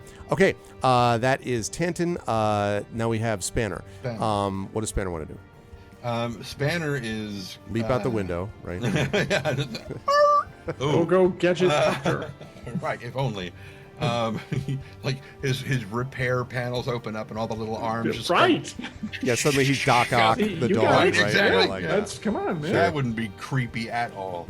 Don't eat that, Moshi. suspect Seating- that plant is not good for you. I'm watching it. The cat is just like, He was also trying to eat push pins earlier, so Oh my God. See, the I'm thing fighting is, my no, you should let him. See, because those teach you not to do it. It is intrinsic in their nature. Could be a very Ow! deadly lesson, though. like I'm fighting my own battle here. Don't eat Yeah. that. Trying. Don't eat that. That's not for you, buddy. But it's here in the house. It must be for me. Yeah. Right. So Spanner is going to move to follow Tanton, so he'll be out in the Okay. hallway. But he has more Good. movement. So he'll basically like get to the thing and look in as this is basically as Tanton is looking up on the thing, and he kind of looks over and sees Spanner, and he just kind of jerks his thumb, and Spanner continues down the hallway. Okay. All right. That's going to lead us to Nisiana, who is up next. Nisiana, what would you like to do as your sister continues to look out into the hallway? I ask her, I'm like, Nisiana, just what's happening? What's happening? How did you get hurt? Are you still hurt? Can I answer now, or do I have to wait for my turn? You can respond quickly to that. Yeah. I think assassins. I'm not sure, but they're on one's down and the other one's moving away. So, Tanton and Larian are on it. It's my Spanner. About 6 seconds. Sure. Yeah, that's about right. Yeah, that's why I stopped. Yep. Yep. And furthermore. Yeah. Point 16. You won't believe what bathrobe that guy is wearing down the hall. So at this point, I'm not gonna try and push her around the see how bad she's still hurt. Okay. Just a bit bloodied. So she is not gonna do anything. She's Okay. gonna stand there and look, be frightened, but kind of looking around to see if there's anybody else or anything else around. Okay. Yeah, so far nothing out that you can see, obviously. But thank you, by the way, Prince Justin, for the Tier 2 sub and the 39 months of support. Good Lord. Hello, friends. Arvin lives, but now there is more drama for him and the N team. So the N team, the Nisiana team, the... Also, hi, Triffid. I'm curious what the N team is. I'm sure it's something awesome that I'm just missing, and The null team, knowing us. the null team, Yeah. the no team. So okay, yeah. So you do not see anything else or hear anything else, Nisiana, except that there are definitely the sounds of loud demands to know what's happening that you can hear up and down the hallway now for sure. From people who's, what's going on? What's going on? Well, it's the end of the world. Well, you know, like all this stuff from people are happening. Oh, the N team is the group of PCs en route, N instead of A because of the noodle incident. Oh, right, because you've been doing the thing with root. I understand. I am glad to hear, because you said Arvin lives, and so I got very confused about me. I'm glad that you lived, though, because I know that there was a rival that you had to deal with, and I'm glad that you survived. So welcome back to the land of the living with your character, Prince Justin, and thank you for the support. Okay, so that's going to lead us to Alarian. Alarian, you have seen and heard what has transpired. Okay. Zip in here. Stick my head out, look left, right, and up. Basically Okay. all around. Perception check for me, please. Actually, it's not too bad. 15. Okay. You do. Sorry. So you do not see anyone to the left or the right. You do see, however, see Tanton looking up at the roof of the rail car, but you do not, when you look up, you don't see anything for sure, but you see Tanton looking up that way for whatever that means. Well, if I don't see the guy on the side, I'm going to climb up to the roof. Okay. Gonna need you to make a dexterity check for me, please. Can I use athletics? Since this is mostly, to me, strength, not really dexterity based. The issue is... Okay, yes, I will allow that. When you. you're up there, I'm letting you know you may need to make, though, actual That dexterity saving is throws, not strength Perfectly. checks. Yep. But I'll perfectly let you acceptable. live. Yes, so Getting athletics up there's is fine. one thing, keeping my balance is quite another. Absolutely. I will also admit that the opportunity to have you fighting an assassin on the top of a rail car is kind of pretty sweet. I will admit that would be nice for everybody. For certain That's versions. that's a natural 20. You just vault up yeah, Ninja pretty much. Warrior style, just like, yeah. And sure enough, you land on the top of the car, and there you see, making his way hurriedly down the car. So you're going to have to imagine yourself, him like on top, okay? You're basically here. Actually, no, I'm sorry, here. And you can see him. He's about here, but he's on the top level. So he's about 50 feet or so away and is moving swiftly away from you. 50 feet over. Jeez, these cars are long. Let's see. Do I have an action left to pursue or not? You do have an action to pursue. The athletics check to get you up there.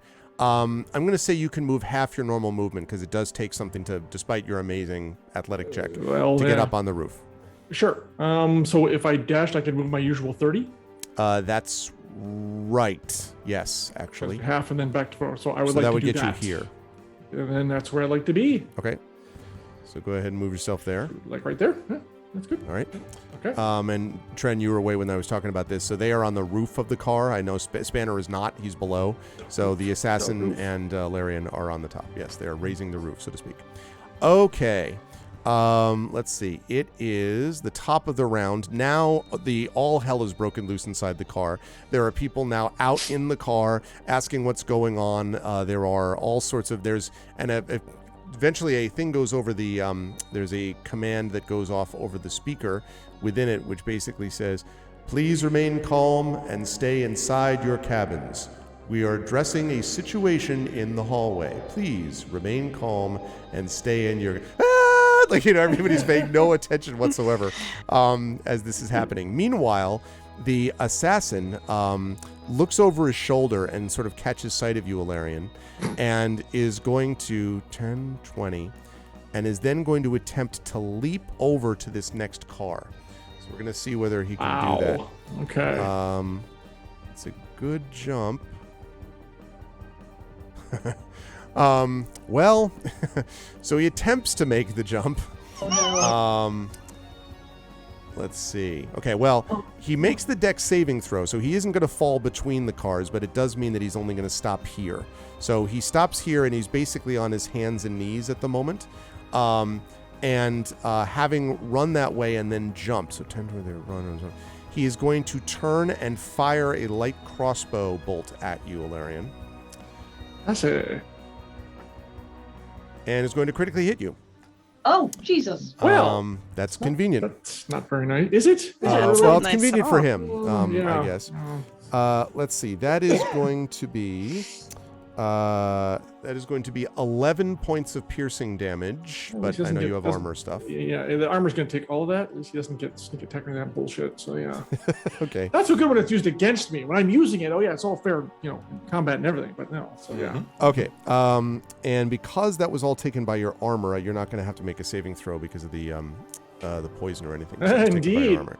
So, but it Of course, does I hit have you. super advantage versus poison, anyways. But that's a good point. Yeah, it's true. Okay. Okay. So Hey, tough that guy. is his turn. Marame is up next. Um, Yeah, this is clearly not Gray Shade. Agreed. Well, listen, he got hit. Listen, he got hit in the hand. It's been a tough life for that. So No, I'm impressed. He actually got that 20 off with the damaged hand he has. um, well, it wasn't his his shooting hand, I guess. Oh, that's true. You as said it was a using light crossbow, so you could probably use that in one hand. That's right. Well, he's gonna love what I'm gonna do to him next. I'm Don't gonna think- start. ahead, I'm gonna Mermaid. start by pinging Ilarion and just saying, "Where is he?" Mentally, Roof. just quickly. Yeah, you hear roof. Okay, which way? And you're like, did I ping Spanner accidentally? Roof. Yeah, towards the dining car That's or true. away? My I don't make any footsteps on the roof because I No, float, so exactly. I can't hear anything. I'm questioning the physics of that right now, but So,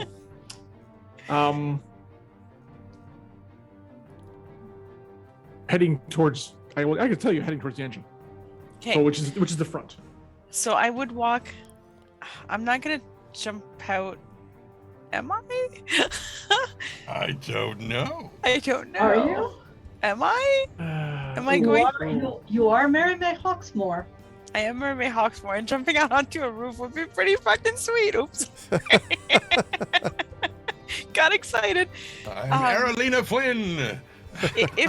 If I do this with flourish as I leap out to it, hopefully not get a natural one, because I am very wounded, so I have a natural excuse. Can I use acrobatics, or perhaps even, should the DM be interested in some extra flourish, a performance roll? So if you're going to literally go out on the window and go up, based on the logic provided by one teammate, and let me quote him, I think this is more an act of strength than of dexterity. I'm going to ask you to make an act of strength, not dexterity, to get up onto the roof. But I am doing it so differently than Alarian did. Despite the fact that you are trying to do it differently, there is the physical state of needing to pulling yourself up on the roof. Like I said, there may be dexterity saving throws once you get up there, though.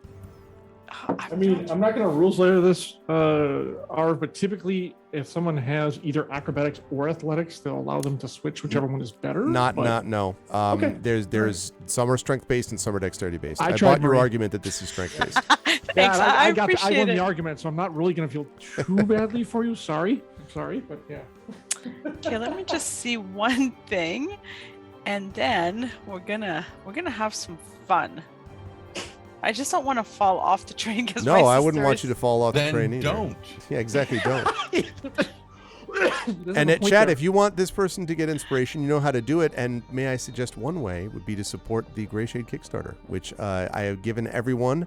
When we get to 14.5, all of the players will get the ability to get advantage on an ability check or an attack roll in combat, or an ability check once they get to the next stage of this adventure, if they get there. All right, what the hell's your But you thumbs can up do that by emoji? supporting the Gray Shade Kickstarter, and we do need people to support it if they can. So please consider jumping over there now and pledging to get some of the amazing things you can get over on that Kickstarter. What do you think, Marie? Okay, I think I am going to. What the hell? You only live once, or something like that. I am. You just want to make your sister really, really mad at you all the time, don't you? Oh, that's true. She's gonna be so mad, though. How far is he from me on the roof, like the bad guy? There's no way to know. I mean, he's got to be a number of feet away, but you don't know because just on the roof heading towards the engine isn't that specific. Okay. Probably all that you heard was his running footsteps to the end of the thing, and then you wouldn't have heard him land on the next side. So. He barely heard himself land on the other side as well. Right. I'm gonna do something a bit smarter because I'm not good at athletics. What I'm going to do then is I'm going to cast. Where is it? Kinetic Jaunt. Okay. And that is a bonus action. So I suddenly my walking feet increases by 10. My walking feet increased by 10 feet. So I'm going 10 to go. I'm going to take a chance here, Okay. a spelling chance. So how far does that get me if I do? So if you were able to make your check to get, well, if you're going to still try to get on the roof, which I think I'm is not currently trying to get on the roof. you're I'm just going to curious go how- normally. Okay. Yeah. Then I would say increases by 10 feet. So what your normal movement would be, what, 30? Yeah. So you could go, that would get you, if you double move, that would get you here. Here, okay. And if I double move, okay. So right to the door of the car. Okay. So if I double move, that uses my action. I've already used my bonus action. So I'm going to go there, but to basically keep an eye on him, I'm going to go there and then wait so that I can actually go up, a little stairway or something. Yeah. To go up.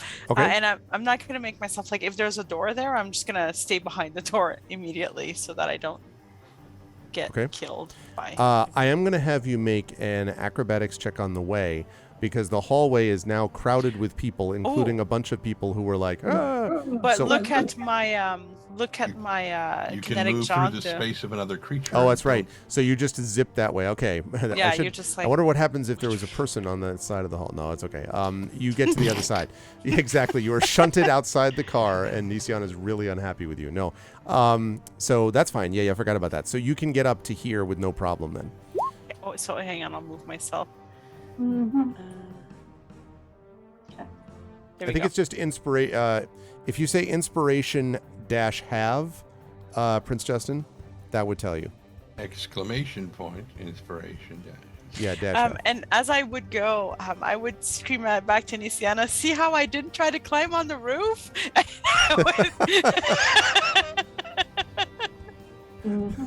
That's funny. I'm very proud of myself. Underimpressed, apparently, is the. Okay. She's just standing back there. Yeah, just shaking her head, just like, you know. There will be no standing. Okay, so Merime has gotten there. That's going to lead us to Tantan. Tantan, you were looking up. You didn't see anything, but you, well, actually, you don't hear the sound of anything running because someone is floating, not running, and that would be Ilarion. So you're just looking up. You don't see the person. So I didn't hear the other guy's footsteps as he ran down the roof to make it not with your perception check. You didn't. Oh, that's true. Because his perception sucks. All right, so Tangent basically looks at the lady and is like, "Be quiet and stay in here." And he he just goes out, closes the door. Charisma font there. Oh yeah. Oh yeah, lots of yeah. And so he's gonna move out and head for the next. It's like Tommy Lee Jones in The Fugitive, where the woman's just shut up. Exactly. Okay. And yeah, he's gonna eventually catch up to the assassin. The assassin's gonna be like, "I didn't kill you," and he's gonna be like, "I don't care." Yeah, I don't care. Yeah, exactly.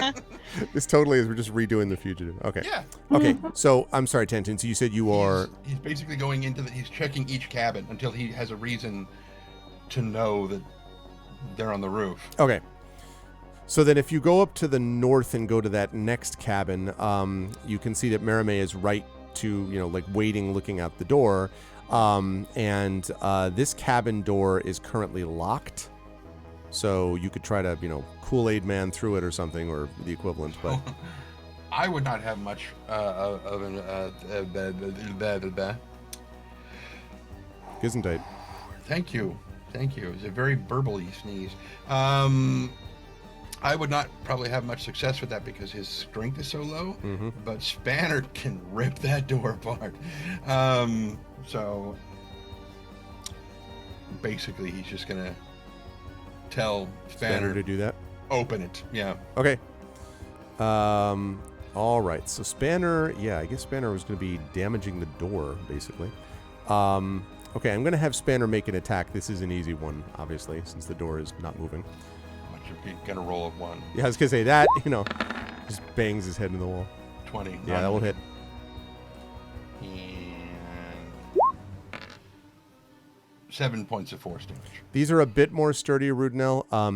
He does. Spanner does a lot of damage to this. Basically, you feel like one more attack like that, you'll probably break through. And there's kind of this like terrible tearing sound, tortured wood and metal as. Well, then I'll add to that with my light hammer attack. Okay.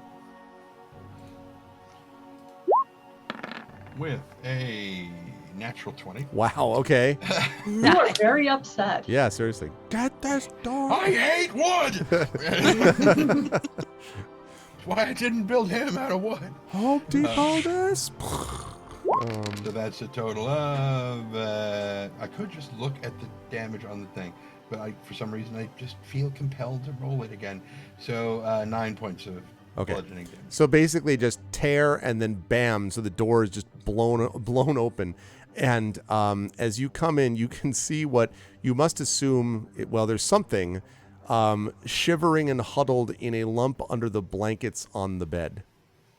And every so often you hear a... Well... Tantan has no idea what it is, and it could very well be a thief pretending to be somebody who's about to piss themselves. So he goes over and just rips the blanket off. And you can see that it's a person who looks to be possibly a halfling noble who's like this, and is kind of like is looking to the side, has a flapping nightgown on. And is huddled up and has pillows around, like that he's holding to his sides, basically like this. And he just looks at you. And Tantan's like, stay, and throws the blankets back over him and makes his way out of the thing. Okay. All right. That was Tantin and Spanner. That's going to lead us to Nisiana is up next. Your sister has left the room, Nisiana. Oh, Nisiana is leaving the room as well. Okay. Party time. Nisiana is moving at double speed and she has to get up with her sister. Okay. Two things. One, she's not letting her sister out of her sight. Two, honestly, if a noble woman had just been attacked, she wouldn't want all her bodyguards to abandon her. So, she's Logical. Stay in the room, but okay. so she is just gonna go very quickly, and since she is nimble, she can move through spaces of any size, her size or bigger. Yep. And so basically, she just sort of. Are these 5 foot or 10 foot? 10 foot. Okay, so she's not very fast, so she gets 1, 2, 3, 4, 5. Okay. Oh, Well- yeah, there was. We did get a new person. Very good stuff. So we are up to 14,330. Excellent. Wow. We are 170 away from that special goal. Thank you, Garlic, for notifying me as well.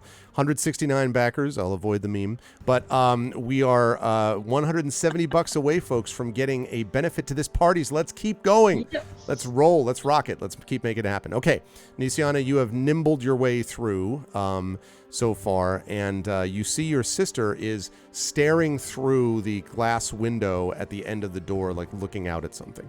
Like, can you see something? I ask. Stabby guy up there. Yeah, and I should point out, by the way, Marimade, I don't know if we talked about this, because of where you actually can't, because you didn't go like open the door to look up, so you don't see anyone in front of you other than the next car, which is the dining car.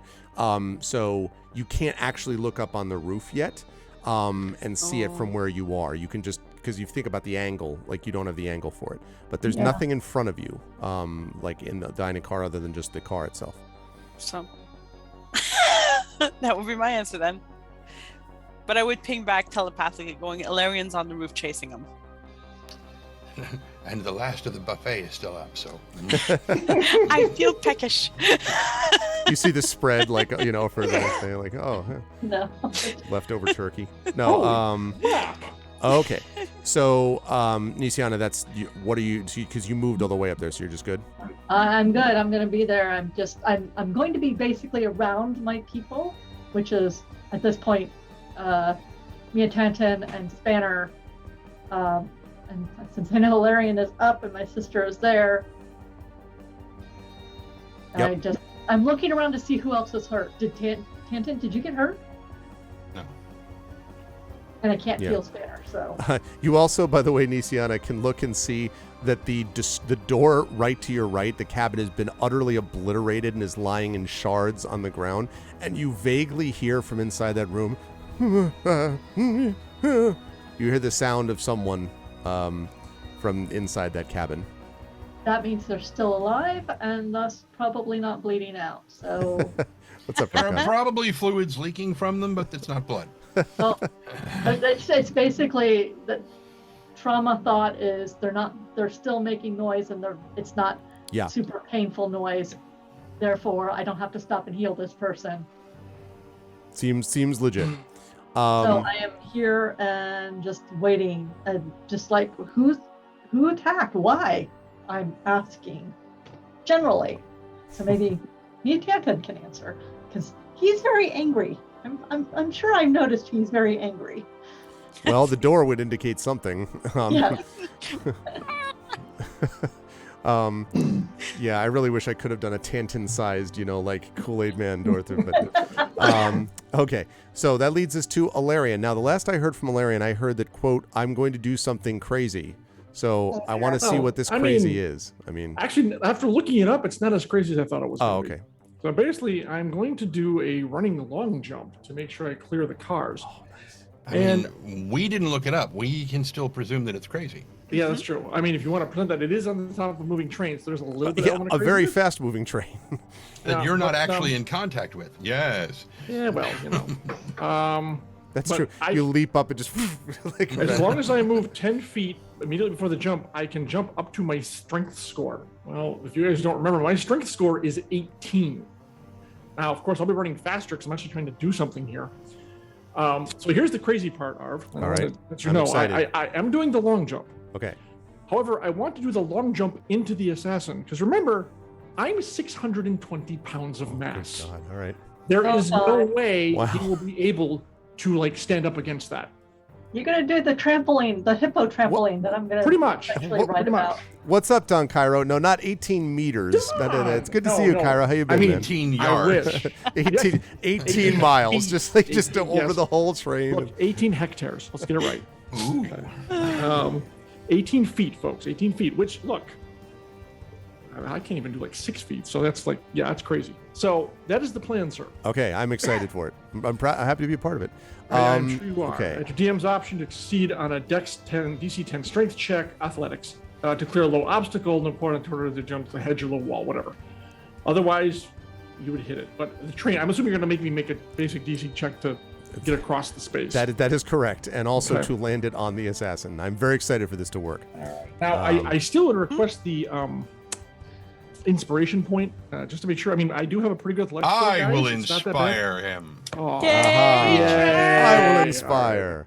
Unfortunately, my desk wasn't in the standing position, so I couldn't do the stand-up thing. That's true. Oh well. I imagined you standing. It's all good.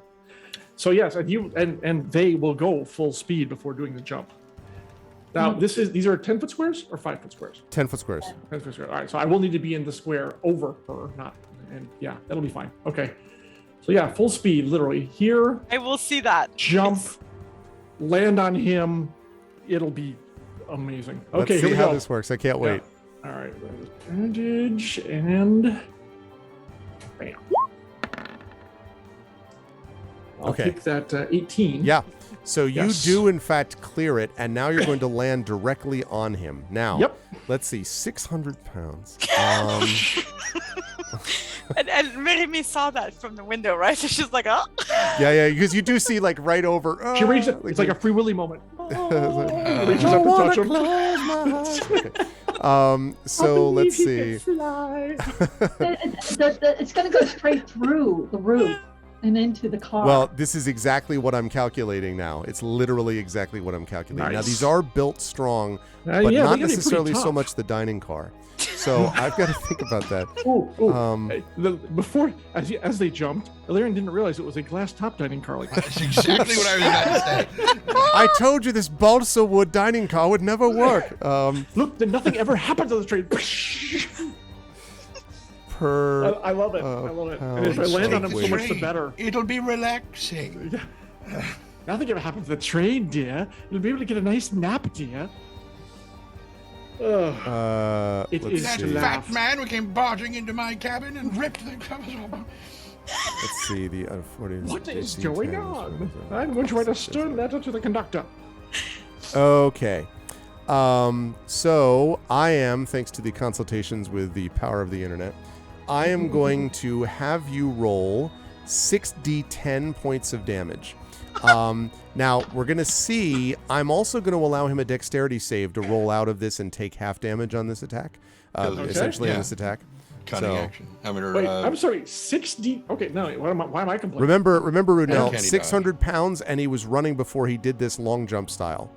So Yeah, I was at. Okay, this is gonna be cool. 1, 2, 3, 4, 5, 6. D10. Not It's like D20. Captain Marvel when she just goes through the. Okay, Damn. here we go. Oh, this is awesome. 26. Oh, 26. 2 ones, but a 10. 26 points. all right, let's see. Not even half. Poo. All right, that's fine. Okay, yeah, he's not going to make that point. So, okay, so 26 points of damage. So you just, so now, now the question is, now I have to decide how much damage the roof has.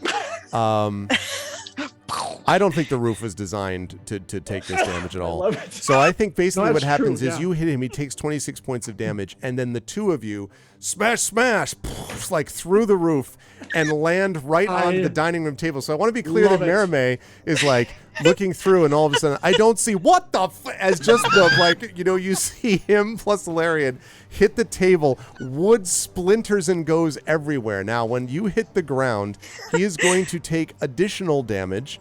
I'm going to have you roll that again because you have borne him with your weight through the roof and down to the floor.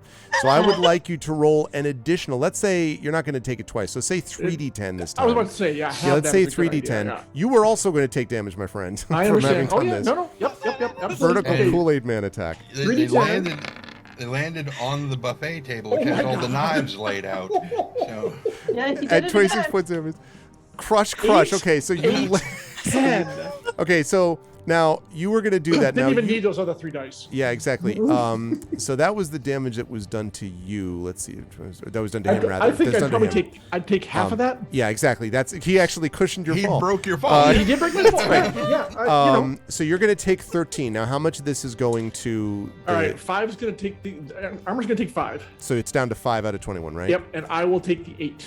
Okay, so that's 35. 35. Okay, so smash.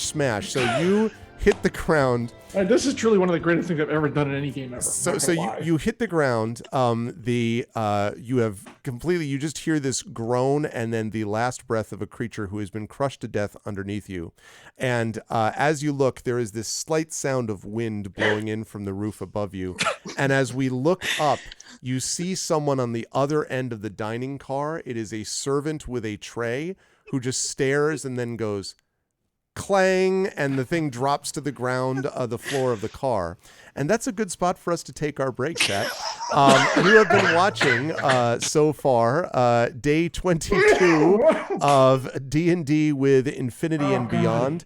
This is, of course, the incredible Infinity and Beyond crew. We are in day 2, part 2 of The Last Word, which is part of season 2, and Infinity and Beyond, which is, of course, Trendane Sparks, Marie Bilodeau, the very, very funny, in this particular case, John Vertical Helfers. Kool-Aid Man. That was pretty sweet. And, of course, Jennifer Brozek, who I think is still looking with kind of a stunned, what the hell just happened expression. I'm just trying to figure out what Nisiana is going to do now because No. she's just like, oh, fuck, I'm supposed to be the noble, but I was attacked, but I didn't actually see anything. But aren't those the guys that were supposed to be working for Aurelian? Well, they were, maybe, but we're going to find that out when we get back from our break. We're going to be back. It is 10:48. We'll be back here right around 10, let's say 5 minutes if we can, so 10:53-ish or so. And then, chat, you will see what we'll see. While they go off to break, I'm going to talk to you about the Gray Shade Kickstarter. I will see you folks in just a minute, players. And as for me... Okay, yeah. Okay. As for me, I'm going to come back to you over here, and I'm going to talk to you about the Gray Shade Kickstarter. So, this is a lot of fun, by the way. I am very much enjoying myself. That was a lot of fun. I love to reward moments like that because they're just awesome. So we've also had some other good news, which is I wanted us to get up to 14.5. We are at 14.330 right now. Now, again, this is for our Gray Shade Kickstarter. Remember that we are now in our last week. Now, I have talked about this before. We definitely have to make a big push because we are going to get a lot of people that are going to pledge in the last few days because Kickstarter is going to send a reminder to everyone. A lot of people, we have a lot of project followers. And we have some other, as Garlic Tofu likes to say, we have a lot of other cards to play. That said, though, we still have a considerable amount of money that we have to raise if we're going to get there. So now is the time. And we have a lot of really good stuff. We have not only, of course, the Gray Shade, the Gray Assassin trilogy, which is Gray Shade, and the 2 books afterwards that are going to be funded through this Kickstarter, Renegade and Heretic, which is being published by the amazing Athos Arts. We also have the Gray Shade 5e RPG, which the Rising Tides and I had a chance to talk a little bit about the class structures on that. So you're definitely going to want to see that. That video is up on my YouTube channel. I've also put that up, I believe, on Twitter, and it's available on TikTok and stuff like that. And those that 5e RPG is going to be produced by Alligator Alley Entertainment. That is going to be a ton of fun. I'm going to be playing it on my channel too, so you definitely want to be here for that. And an audiobook from Trendane Sparks, who you just saw ripping open cabin doors so that he can find out where the hell the assassin is. Trend Sparks is also going to be doing an audiobook for us, and if you pledge at any level, even if you pledge at just $1, which would allow you to actually read this book, would allow you to read this novel, if you pledge at any level, you can add on $10 to any level, and you will get the audiobook when the audiobook will become available when we have funded. So when we fund it, it's now a core funding goal. When we fund, the audiobook funds, and as soon as Trent is done with it, then people will be able to actually get that audiobook. So it's worth it. And yeah, I'm very, very excited for this, but we do need to get some movement going on this. So last couple of days have been very slow. So we really need to pick up the pace here. And so that's why I'm encouraging people to be able to do that and jump on board if you haven't already. I'm also asking folks to please spread the word. Please let people know about this. And you can do that through Twitter. You can do that through Discord. You can do that through Reddit. We have a couple of Reddit posts which are available via my Discord that you can go and upvote. That would be really valuable. We have we have some other stuff. Mary Robin Nicole kindly was able to feature one of my stuff on a blog post with my favorite bit. So I actually wrote a piece for that. We also had several people that have retweeted. Former our vocalist Bonnie Gordon was kind enough to retweet this. So we got a lot of stuff going on, and I'm really grateful for everyone who supports. I know it feels like, I hate feeling like a used car salesman. I really hate feeling like I come on and I'm just like, great shit. But this is the only way, folks, is to be able to remind people about it and to really, promote the urgency of this. And I'm really appreciative to people who understand that this is a valuable project, not just because of what you get from it, but also what it is symbolic of, because this is a tale of defiance. It is a tale of faith and hope. It is a tale of light out of darkness. It is also a dark assassin's tale. There are a lot of dark moments in it, but there is a thread of hope, I think, that comes through all of my work, and I'd like to say comes through this book as well. But none of that is going to be visible to folks, at least with Renegade and Heretic, unless we can get things like this project funded. So please jump on board right here. And as Rising Tides has just posted, please share the good news about this. And also my favorite bit right there, Prince Justin was kind enough to do a review of my novel Gray Shade. Prince Justin helped put me in touch with the folks with Mary Robinette's blog and all that. So Prince Justin has been so, wonderfully supportive with this as well. And so many of you have. And so again, for those who have already supported and pledged, I'm not asking, you've already done an incredible amount, but just please, for those of you who haven't, consider, and for those of you who have, please make sure that you spread the word, because it really makes a difference. And thank you. All right, I'm going to take just a quick 1-minute break myself and go run and grab some water from downstairs, and then I will be right back and be back to the team. So I will be right back in just a moment. Please support the Gray Shade Kickstarter and hang tight. I'll be right back.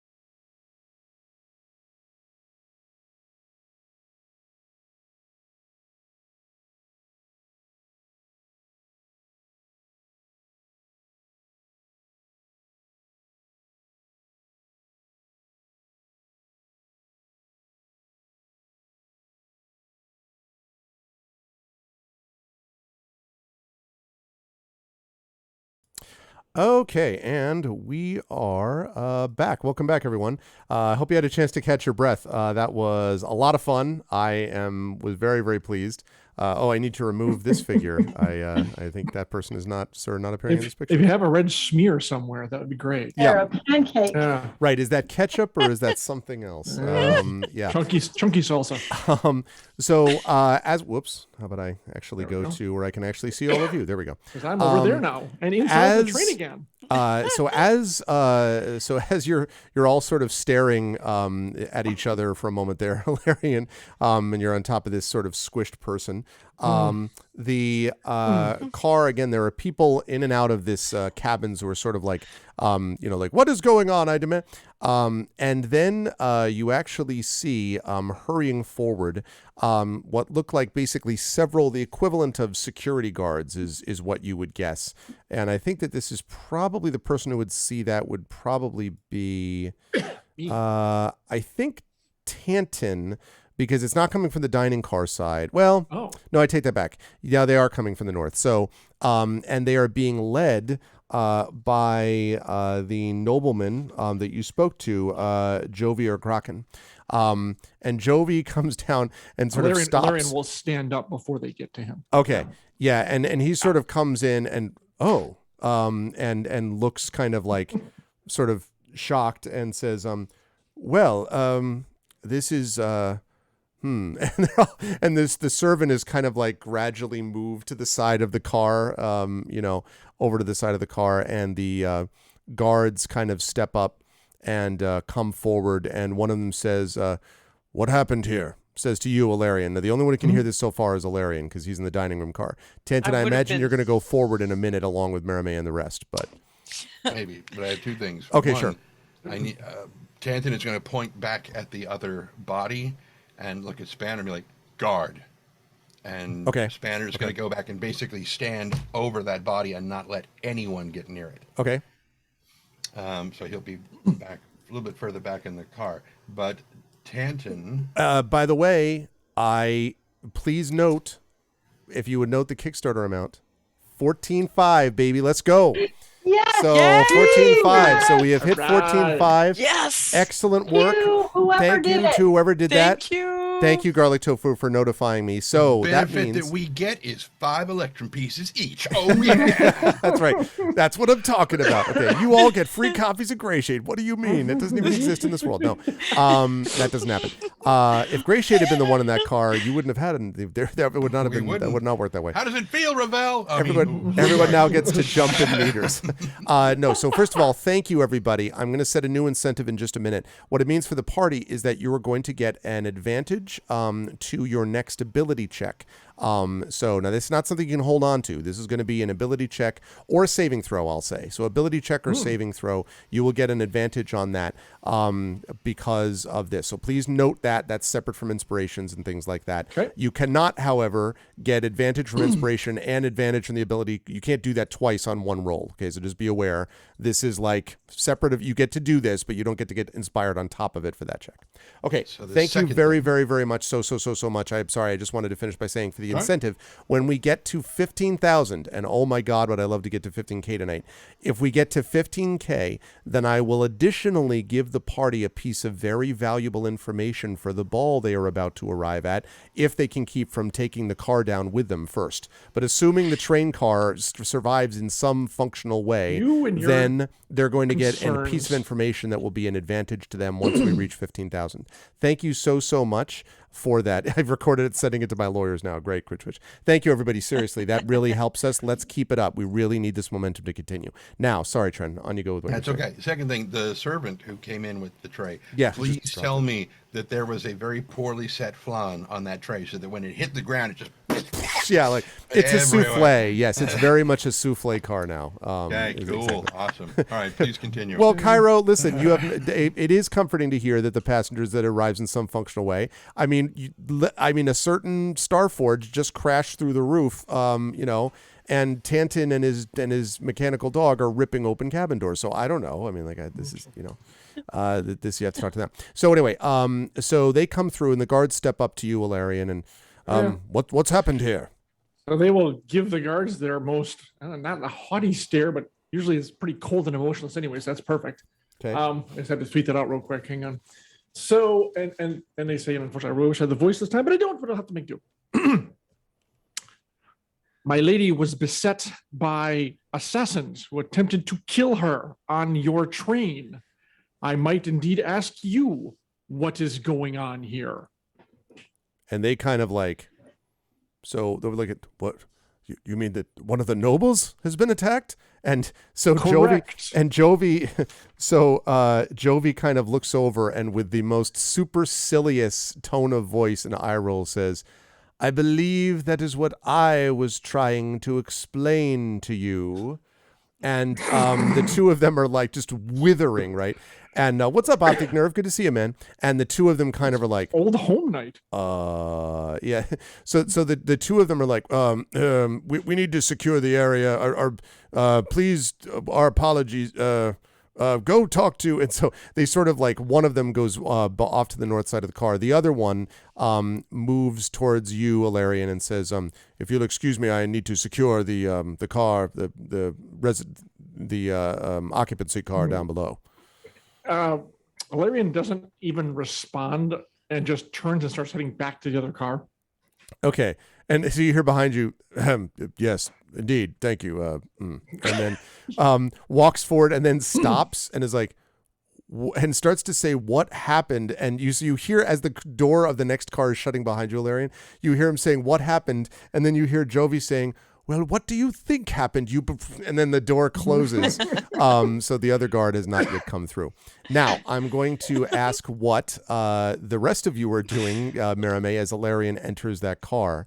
But I'll start with Merime first, and then I'll go to Nisiana and then Tantan. So what are you doing, Merime, as you see Alarian coming towards you? Mermaid, when she saw Larry, she went, and then she started laughing because she thought that was amazing. So she would have just pinged them quickly and said, are you okay? Do you need help? Assuming that they would have said no. Yeah, I am fine. She would have then pinged her sister and said, oh my God, did you see that? That was amazing. No, I saw nothing other than the blood on your clothing. Oh, I'm not that bad, but Ilarion just went through the roof of the cart, of the dining cart. Because I asked him a question, so. But my question was something like, what happened here? What's going on? I'm sorry, who were you asking that of? I was asking that of Tanton, because I'm like right next to him, and the door that is destroyed, and the sound of the in the cabin, which by the I've way. already, trauma. Yeah, you already triaged it, trauma, basically, not right? Physical trauma can wait, kind of Yeah. thing. I'm heading, just to let you know, Arv, I'm heading back to the first body. Okay. Mm-hmm. Which is somewhat Being intact. guarded by the dog. More intact than the second one. You got that right. Okay. Right. So that's what. So you have the question out to Tanton. So are you responding? yeah, I thought you were still working your way down to the Well, back of because the train, since Nisiana was talking to you anyway, I would say that you can now be part of it. Then I will now respond. And Tantal, well, you see, I was asleep. Well, very close to it. I was, probably the higher levels of sleep, not really deep sleep. I was a deep dream. What? Oh, right. Well, assassins came through our windows. Are you hurt? And no. Are you? I am not hurt, but Well, it's the blood on Merriman. then it would seem your security detail did exactly what it was supposed to do, didn't Aren't those it, my lady? those people who were working with? These two were in the dining car earlier this evening, yes. And I intend to examine that body very thoroughly for any other information I might be able to glean from it. Over the thing, I'm like, Aurelian. They work with Aurelian. I put through that mental link. I don't know if that just goes to Merime or if it goes to everyone. I would have linked everyone in once it seemed like it should have happened. But I'm still laughing. You hear this little like underlying current of giggling as you're trying to have a serious discussion. Okay, maybe it won't be so hard to be a haughty noble because I'm starting to get angry. Which is exactly what you would be doing right now. I'm like, how dare they? Exactly. Who? What? You? How badly hurt are you? And I'm still glowing. The forehead is glowing. It's more than you've seen before. Are you turning to Merime asking her Yes. that? I mean, we can blame maybe some of this giddiness on some blood loss, but not all of it, because that was amazing. And Merime's trying to pull on her performance face of like, no, I am a serious lady in waiting, but that was just too much fun. She can't quite pull it Valerian, together. how bad are you? You're muted, I think, John. Oh, John, you're muted. As they're dragging the body of the assassin into, I guess I'll take it into their room. They look at you and say, actually, they don't even look at you. I am mildly injured. It is nothing. Actually, pick the thing up and take him into my room, my chamber, room, whatever you want to call it. I point at Merriman, like, now. And I point into our chamber. Go to your room. Okay, my lady. Like, And then I question the wisdom of this, and then I look at Tantan and I'm like, talk to whoever comes about this. Yes, my lady. Yeah. And there are people like milling about also and like taking note of this as Ilarion is dragging some people. Oh, and then one's like, well, see here now, what, you know, like as you're I like, am gonna heal Merime as soon as she gets into the room, so Yeah. that's the glow goes big again. yeah, I- okay. As Ilarion is dragging these people, and these like people are sort of like looking out of their cabins and whatnot, trying to, and so Tantan's basically like, "Did you hear the announcement? They said just to stay in your cabins until somebody came along. Get back in your room." Well, I never. Like the door closes. If any of them get uppity with him, the crossbow is coming up, and he's like, "Get back in your room." Well, there is a very funny situation, by the way. I'll talk about that cure wounds just a minute, Nisiana. There is a funny moment where Tantan is literally, I'm telling you to do this. It's someone who sounds very much like Tantan. Well, you can't tell me what to do. So you have this moment where they're all like, I am appalled. I'm appalled, sir. Anyway, Nisiana, I'm sorry. That was being rolled against whom or for whom? I was for Merime, so that does another 14 points of healing. I am very well now. I'm 41 out of 46 hit points. Okay. Yeah. And I thank you very deeply. Also, I'm hi, not Proxima. completely certain we're not Preston, going to did get you take attacked the again blood out of tonight. your? Yeah, well, yeah, maybe we should ask to be changed carts because this one doesn't have a window. But we're doing better than the dining cart, which doesn't have a roof. Sorry. Okay. So I'm truly trying not. It still has most of its roof. I'm trying not to channel Savoy, but at this point, An Ilarion like- shape. Sorry. now that you're better, you can talk to Lord Jovi and see what he recommends. But I'm guessing I should stay here if the attack was on me? Was it on me? It must have been. Why else would they have attacked us? He came. I'm not there. Yeah, I was going to say, well, so now my question is, Merime and Nisiana are having this conversation right now in the hallway. In to their each room. Kind other- of in the hallway. in their room. Oh, In the Yeah, hallway or we're in your in the- room? I Is thought it- we Well, went I- in the room. You Did sent you- me We're to my in the door, room. but I'm kind of Well, in the doorway. But Okay, aren't we all telepathically linked though? We are. Well, I didn't Yeah, know. So first of all, let's be clear about who we're talking to. So Merime and Nisiana, you're just speaking to each other, or you're doing the I think we global were. text chat, so to speak. I think we were on this. speaking to each other, but as soon as she asked, I would have said, "I assume they came for you," and then I would bring everyone in together and say, "Do we think these people were here for Nisiana? Why did we get attacked?"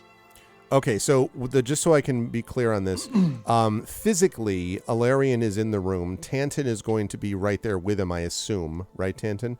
So Tantan and Ilarion are going to be in the room physically, and Spanner is, because you told him to guard the body, is Spanner just like walking along outside or something? He is standing. Oh, because the two bodies we're talking about. Well, I'm assuming the body in this car. The one Valerian that's... brought the pulp from. No, No, I didn't- I didn't Ilarion have went the- to oh, no, I did not bring no, the this pulp. body. He Oh. did not. Well, if There's that not much was left the- of that body, frankly. Well, why- that was why. That's why I said pulp. Yeah. If if Yuck. the body that Ilarion was going for was the one that Spanner is standing over, Spanner's not going to let him touch it. Right, He's not so- going to let anybody touch that thing. okay. Until Tanton tells him to. So we need to resolve that. So, Alarion, Okay. what do you want to do when Okay. you get there? Like, I mean, So Spanner seems they reach out, disinclined. and Spanner goes, reaches out You know, again. he opens his mouth and the fucking wood chipper. And, you know, And where are you? I'm Tanton? right there. I Oh. came back down the hall. I'm standing. So in the Ilarion hallway. looks at you and motions to Spanner. Yes, I want to examine the body, please. so do I.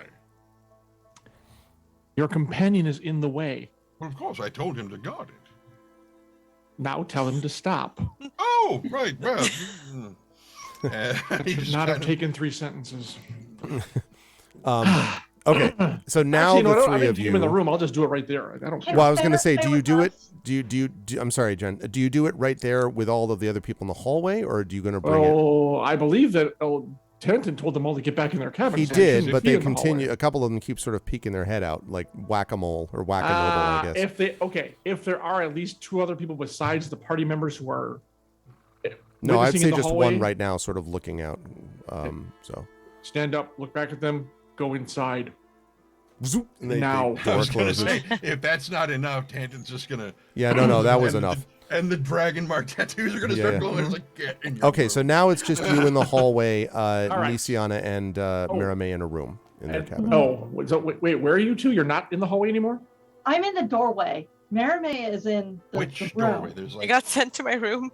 Yeah. Yeah, are you Oh, over sorry, here? I I- believe was your cabin, like right there. Let me- Yeah, I believe so. Because I want to reach. So Mirame and. But I am Nisi- basically in Yeah. the doorway here. Okay. So I reach out to both of you. Okay. And say, because we still have the link up, and say, please go to the doorway and ensure the guards do not enter until I'm done with my examination. I have no problem. I have no fear that both of you will be able to stop them for the minutes I will need to do this. And then they bend down and start looking at the body. I will ping everyone back and say, okay, I will stand guard. Nisiana, I don't believe it would be proper for a lady to be standing guard. Well, Maybe- if she Well, wants to that's yell at the the room. guards who filled at their duty, then the noble probably would be there. But I'll leave that up to you two to decide. I think about what happens when my house leader gets really mad, and I've seen it. So she crosses her arms, and she just sort of stares at everybody. Oh, what? Oh, No, aren't you like 3'6"? I Yeah. am 3'6", Oh, and I 3'6" of you. stand to my full 3'6". All glare at 3'6". everybody. Mihime is enjoying that show a lot too, and she's trying really hard to look demure and not like she's about to crack up again. And then over the link, she says, "Please do it quickly. I think we need to talk to Jovi, the Understood. Lord Jovi, about it. This." And I will search the body. Okay. Tanton will assist him. All right. Thank There you. are Will. Oh. 2 things that you discover on him. The first is that they have this one has a short sword and a light crossbow. Quite clearly, the short sword was poisoned with something, as are the crossbow bolts with something, presumably the same thing. Also, there are on the assassin. There is a pouch within which you find 50 gold pieces. And you also find 2 vials that are strapped to the assassin's belt. Smallish vials of liquid of some kind. One will make the assumption, without an intelligence check, it's more poison. Which Ilarion will hang on to. Okay. Right now, I'm going to say vials unknown suspected poison because I don't know. Okay. So, yeah. Okay. That's it. Nothing else? Nothing else. No, clearly drawn out from your leader. This is your mission. Report back here. No, nothing like that. Okay. Signed, Jeez, yeah, signed exactly. Joe Smith, address, blah, blah, blah, Sean. You know, none of that. Out Carrington Way. Yeah, exactly. If you have questions, you can find me between 3 and 4. Yeah. No. All right. Fine. All right. Files unknown. Exactly, Runa. No. This one has half its blood on the inside and 70 Liquid. bones, roughly. Yeah, exactly. There. And he'll tell us if you want to go search the other one, feel free. what's left of him to Kenton. All right. Okay, and then I will let that be. So nothing to worry about there. Now, Merime was at the north door, right? The Yeah. top of the car? Okay. Correct. Yeah. So, Merime, you can see that Jovi has indeed come to the window and is like looking at you, sort of like pointing down at the handle of the door. Oh, I'll just ping everyone and say I'm just going to go let him in. You want to speak to him, Nisiana, anyways, right? Yes. Okay, I will go and I won't laugh, I promise. So I go and I open the door for I him. will move up towards Lord Jovi, Okay. keeping myself between him and Ilarion until he says he's done. And Jovi in the sort of silk smoking jacket / robe thing that he's wearing is, well, I'm this is all quite irregular. I hope are you hurt, Hello. Lady Nisiana? Thanks to my handmaiden, I'm fine, but she was clearly hurt, Chopped liver? protecting me. So I can see. It appears that I can't imagine what happened. There was an attack of some kind. Absolutely disgraceful. I don't know. I was asleep. I was protected by my people, and I am pleased that they have done what they needed to do. What do we do now? I ask Lord Jovi. I'm like, Well, I I've never don't. been attacked. Why would anybody attack me? That is a good question. And was it only you? They only just attacked you? They also attacked my canton. My canton.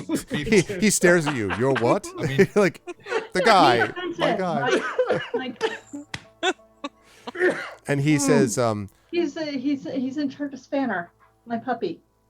and he nods. He says, "That is most troubling. I thought It- those two oh. looked to be odd, is because he's, he can see the body down there, and he sees the bald-headed guy, and he says, they got on Sharn as well, and they hadn't said anything, kept mostly to themselves.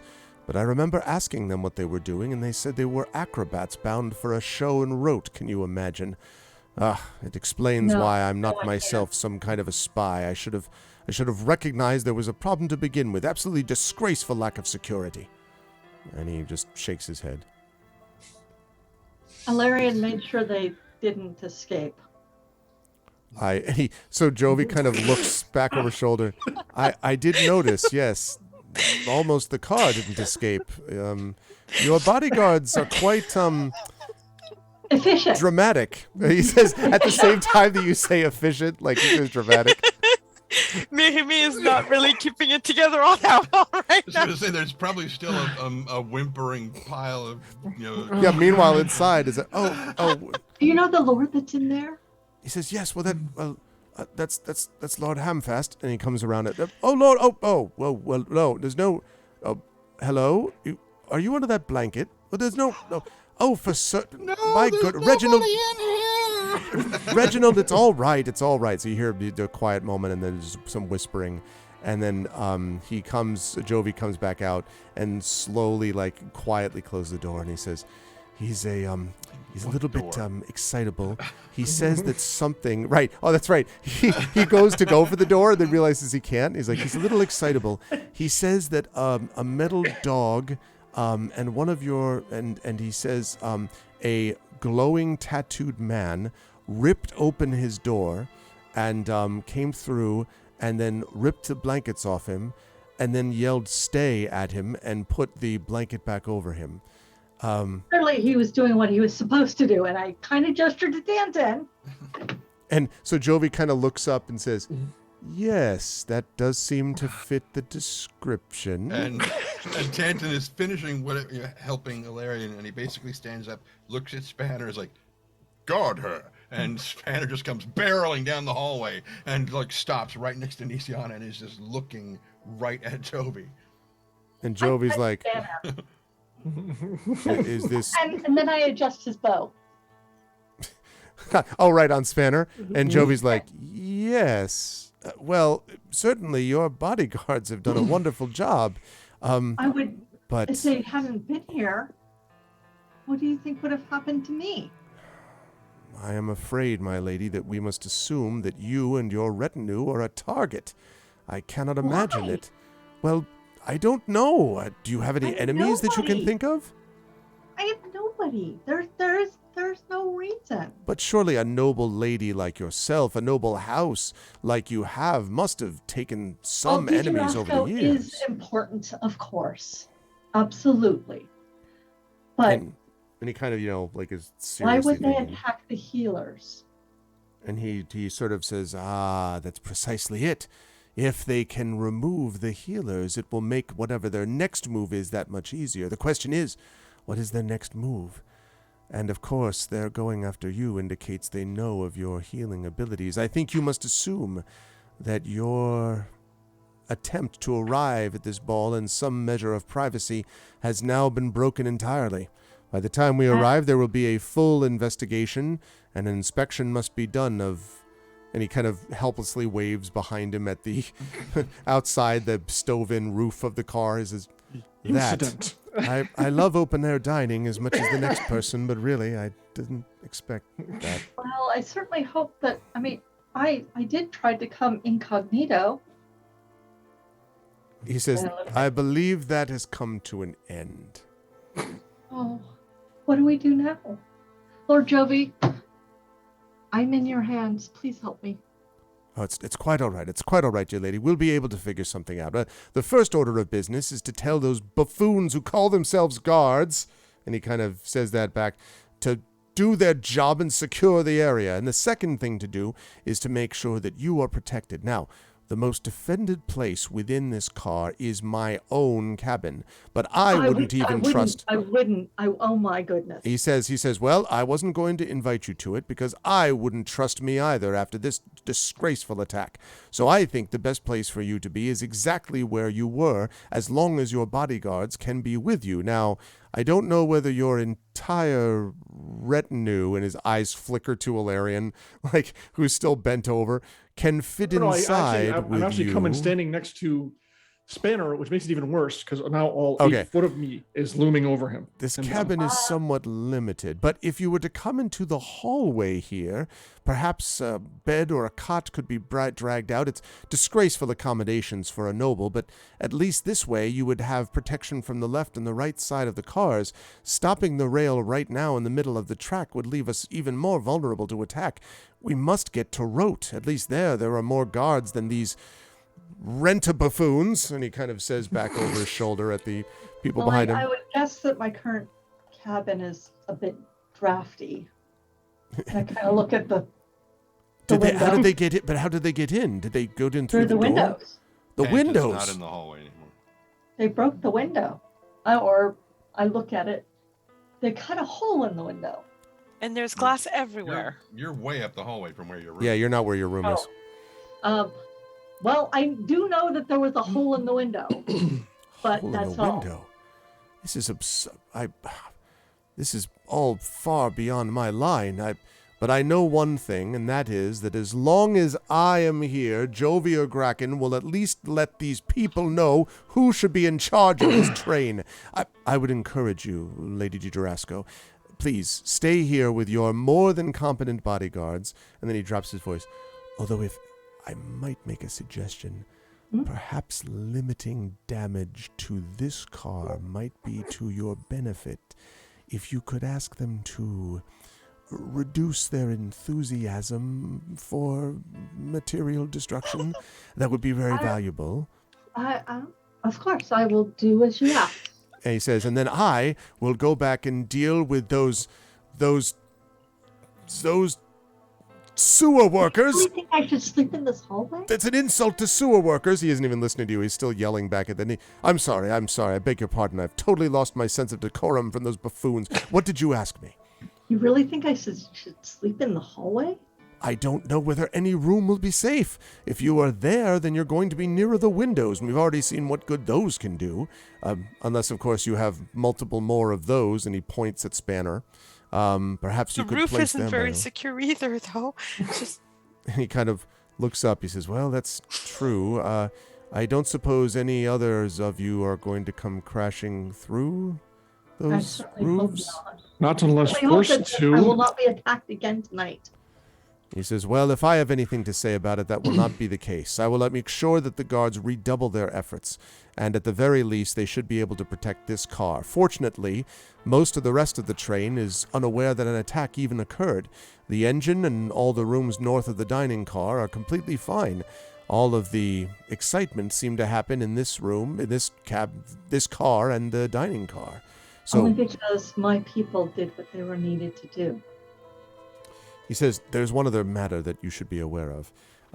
The fact now that all of these, I will make the rounds and attempt to settle people like Lord Hamfast and the like, but be aware that this now has been witnessed by many people of the noble classes. Their knowledge, their reputation for discretion is non-existent, and this will clearly spread quickly. Your bodyguards and you will be prominent fixtures of many of the stories being told at this fancy ball. And he kind of pauses and says, yes, well, we'll make for a most interesting evening at the ball.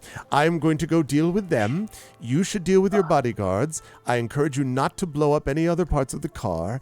And I will deal with any insurance claims, which I'm sure will be limited since it's the fault of them. I will do what I can. And he puts a hand on his shoulder, and his sort of tone drops for a moment. He says, and I am legitimately glad that you are all right. This is absolutely shameful. I wonder sometimes whether or not the nation of Brayland is well protected when things like this can happen. Where were the official government authorities of Brayland themselves to stop this attack from happening, I ask you? Surely there should be some representative of Brayland, don't you all agree? He kind of looks up at all of you. Well, not Tanton. Tanton's not. Except for Danton, yes. I have no idea about the politics, so I'm just like, what do I say? What do I say to Jeremy? I'll just turn to. I believe that the Lady Nisiana needs her rest now. If you'll excuse us, kind Lord. Thank you again for your concern. Of course, and again, my deepest apologies on behalf of, even though this is not my train car, I will make apologies anyway. This is just terrible. I will make the excuses necessary. In the meantime, I'll also talk to them about moving things out into the hallway, and perhaps you might want to be towards the southern end, away from the compromised area of the dining room car. Fortune smiled upon me when I met you, Lord Jovi. Ah, it is my pleasure. I am glad that fortune remained to preserve your life and that of your companions. And he turns and very dramatically opens the door as the guard is just coming in the other way. And the guard says, I need to secure. You don't need to secure anything, you incompetent sod. Let me explain. And he closes the door behind him. And you just hear the as the guard is like nodding and like shaking his head and nodding alternately. And you are now, at the moment anyway, alone in the hallway. Well, I guess we're sleeping in the hallway. Actually, I do not think that is a wise idea. My room is still undamaged, and I feel that you should just remain there, and I will guard you for the rest of the evening. It's not covered in blood as well, which is I do not lovely. need to sleep per se. So, Marame, you are of course welcome to join your sister, and I will make sure that nothing disturbs you for the rest of the night. The hallway is too public. If we can block that window somehow, that would be for the best. There's a bed in these rooms, and what else? Anything else? There's a small little table and a seat, like a basically desk and a seat. Well, it depends on what room. In Larion's room there is. In your room, Nisiana and Marame's, there's definitely a bunch of wood and glass splinters. All right. Well, actually, I'm going to go take the table from Kenton's room and take the table from my room and break off the legs from them and see if I can block the window with them, with the tops. with the echoing sound of "Please reduce material destruction." Like, it's just- Yeah, already out of my head. Damage in the fight. Damn shame. yeah, damaged in the fight. Tanton, like while this that is when I going got on, what are here. you doing, Tanton? I know you were in the room separately, but When everybody went up there to start talking, Tanton kind of looked into Nisiana and Miriam's room and saw that very much like his room, though that in their room the guy did manage to cut the hole and dig it out and unlock and slide open the thing and then come in, whereas on my side he got stabbed in the process and the window got shattered. So Tanton just kind of looks at it and sees the little circle of glass still sitting there, and so he mage hands it and puts it back in the spot where it goes, Okay. and he casts mending to seal the window and closes it back up. And as he finishes that, he's like, and he goes and grabs his bag, his bag of holding, opens it up, and starts pulling plates from the iron cobra out of the thing and just nailing them over the windows to put armor plating across the glass. So please tell me, like, so next door you can hear this like for the, and you're like something's going on in Tanton's cabin, like. Oh, this is in Nisiana's cabin. This is her. Oh, I'm sorry. Actually, It's shattered. Oh. Well, wait Shattered though. glass in Tanton's room. Well, oh, okay. Right, that's right. Okay, so you went to, that's right. So you went to, yeah, because of the attack. So you did this in Nisiana's room. Okay, so in Nisiana and Merame's cabin, you can hear that, yeah. Yes. Or just kind of like, I'm just looking like. And I'm like, flashes as it's.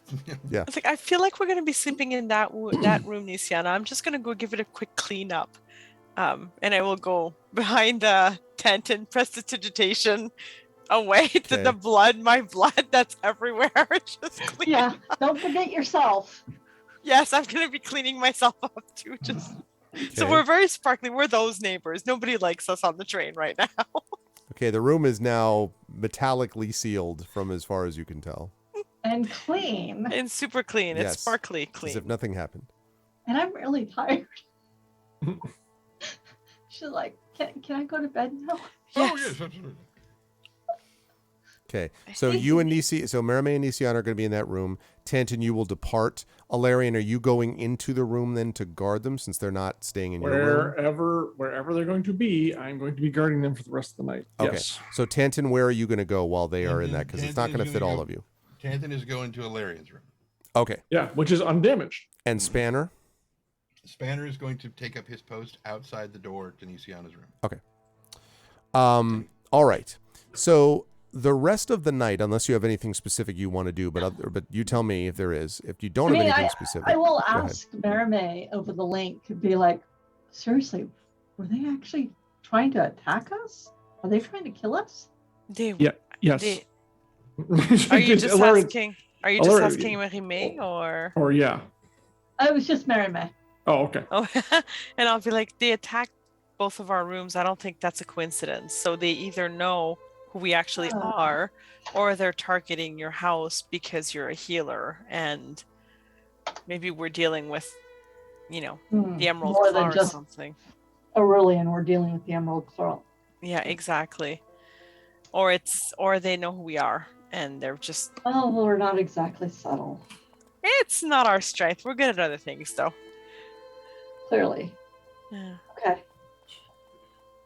But we're good.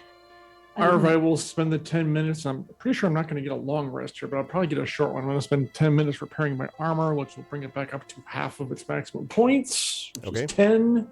All right. I also, during a short rest, will get my soul die back, so I get half of my maximum level soul die. So Can I heal him? You could heal me the 8. You could heal me the 8 points. Yeah.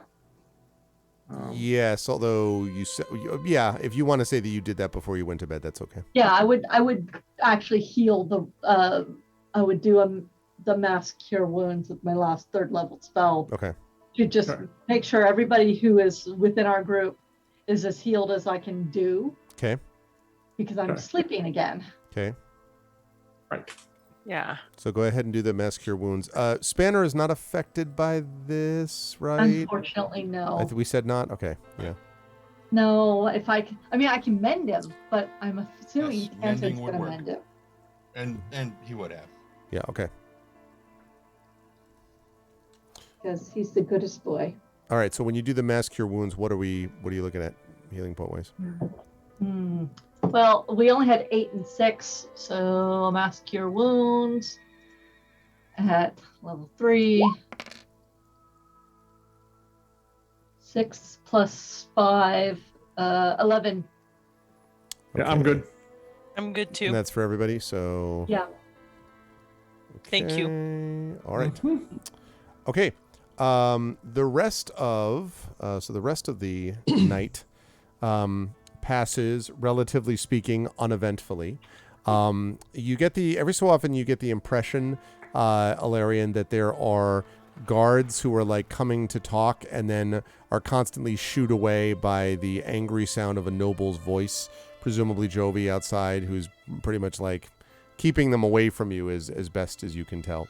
There's Okay. a noble actually staying awake. Actually, no, I'm asleep. Never mind. Yeah, you wouldn't know. And Jovi was very, from a noble's point of view, apparently angry about all this. And so, anyway, it doesn't happen like over and over again, but at least one occasion, Larry, and that stuff that's there.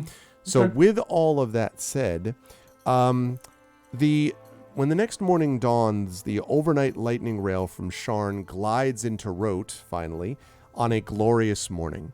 The capital of Braylon sprawls over opposing banks of the howling river, with tall, arching bridges spanning the river between. And in the center of the city, the half-mile-high edifice of Broken Blade Castle rises from an artificial island in the river. Now, many of you will probably have been, I'm not sure if Alarian would have been to Rote, probably maybe once possibly, but Yeah. not for long. But Rote is not as big a city as Sharn is. Obviously, Sharn is enormous. But Rote is still a very impressive city nonetheless, with a lot of history. Looking at Marie, I'm suddenly struck by the difference between, say, Toronto and Ottawa, right? Like, like it's that sort of thing. It's got history behind it and so on. And it is indeed the capital, not Toronto, despite what Torontonians, I'm sure, think. And so that's an inside joke for Canadians, because Canadians told me that all the time. That It's Toronto true. is really- Just wondering if you could have history in front of you. It's like, of course, history's behind you. That's never mind. Go on. Yes. Well, yeah. Okay. So, and as you're sort of pulling in, the way that Rote is laid out, it is fairly near the Howling River, is where the train station is basically. And that's fairly near where the river where this place, the Montchalet, which is the ship on which the ball is going to take place, is docked. So as you arrive that morning. Now remember, the ball is supposed to take place that evening.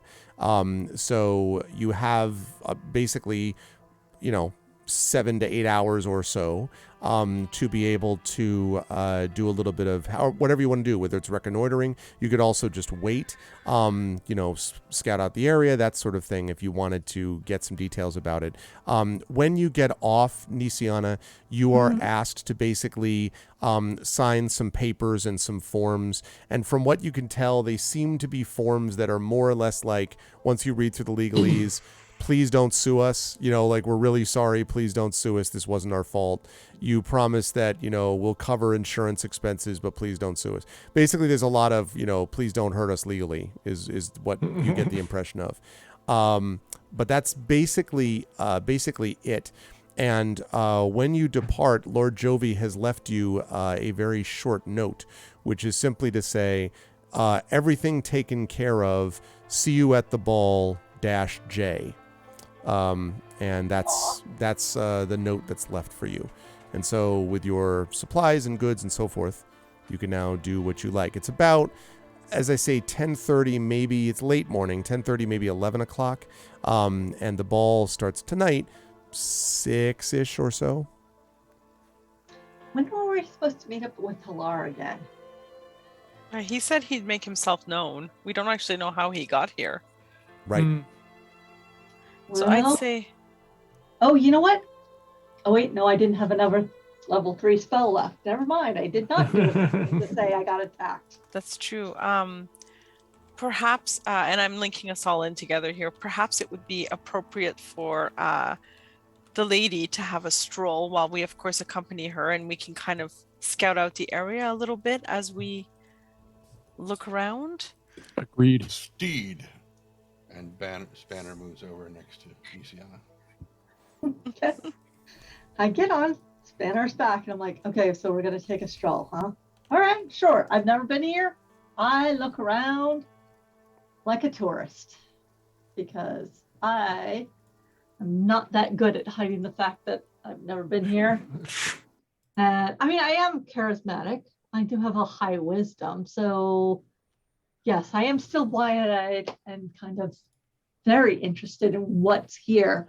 But I'm also watching for who is watching us more than, oh, someone's, a bumpkin has come into town. Look, they're kind of cute kind of thing. Other than that, I'm like, what do we need to do? I mean, you want to scout out the area? Where do we go? While we're still connected, Mhm. Tangent's basically, I'll stand on this side. Mirime, you stand on that side. Valerian, you walk in the back, come up behind us so you can see everything in front of us. We just surround. Mm-hmm. I pick up a cat. Okay. Some random cat walking through the street. Okay. The first thing that I would note, hey, Wispy Song. First thing I would note as you're beginning to make your way around and sort of scout out things is that, as I mentioned, you're right near the docks where this thing is located, where the Monchalet is located. And so you can now see this thing. And I actually... The Monchalet, is that like a mix of Capulet and Montague? Never mind. I can't say more about that except that you may notice some other themes. It basically... More or less, that's right. And I think I put this up here already, but I will try to show this again. Oh, Marie, you're not going to be able to see this one. So the basic idea we have of several this, authors who can describe it. That's right. Yes, use your words, people. Come on. It's reflected in the cover of this adventure, which is this actual ship. So I'm making it so that chat can see it here. Oh, Yeah, I know. It always is a little bit large. So I'll make it a little bit larger for chat to be able to see. A grand galleon that is built from dark oak with bright crimson sails bobs gently at the riverside. It actually has the sails down in that picture, but the sails are up for this. On the deck, servants wearing red uniforms lined with gold thread are decorating the ship with lanterns and pennants bearing the coats of arms of the 5 nations. The fabric waves in the wind and glints as the shimmering thread catches the sunlight. On the side of the vessel, the name Monchalet is painted in golden calligraphy. There are 4 guards standing guard at the foot of the gangplank, only moving aside to let the servants board or leave the ship. And I believe I have here... Do I? Yes, I do. See if I have this whole thing or just that one. Yes, I do. Okay. I'm going to show you folks here a handout, and this one I'm going to do in roll 20 if I can. So give me 1 second while I get... Hold on just a moment. I'm going to load that in so that we have this properly arranged. Oh, not that one. Over here.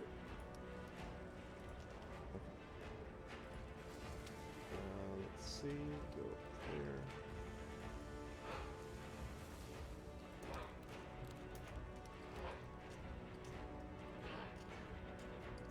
there. Okay.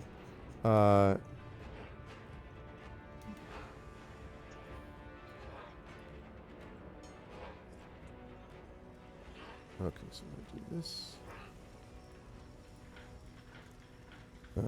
Sipping tool. Sorry, I just want to make sure because this is going to give you a chance to actually see what I'm basically about to provide you is a layout of what you know of the Monchalet, basically what it looks like to you from the outside, which may become useful at a later point. So, when we want to break a hole in the deck. I hear you. yes. I really hope not. That happened in my other adventure just recently, sinking a boat. So I don't know whether. Oh, in the deck, not in the hull. Okay. I can go all the way down. It's not a problem. Don't worry. Okay. There. Valerian, ceiling smasher. You know, it's yeah, no problem. Yeah, but if you break it, I mean, you float. But do you float? I don't float. No, 620 pounds of. No, you Star- float like 3 inches above the ground. Well, But if that- you're in the yes, water, that's- do you that's- float? That'd be an ARV call, I think. I'm not sure because you normally can't walk on water. I don't think I could either. So there you go. It's not anti-gravity necessarily. I need something to push off. I don't think water is firm enough. Okay. Level 13, that's a different story, but we're a long way from that yet. It's We are. ice. All right. Your I have now chest made melt. this, I think, visible to all of you. Can you all see that? Wow, the Yes. monolith. Oh. It's a tiny Oh, thing, yeah. nice. It's How big There are we these go. stairs? 5 feet. Wow, that is tiny. Mm. It's gonna be a crowded party. All right. Let me get rid of this handout thing.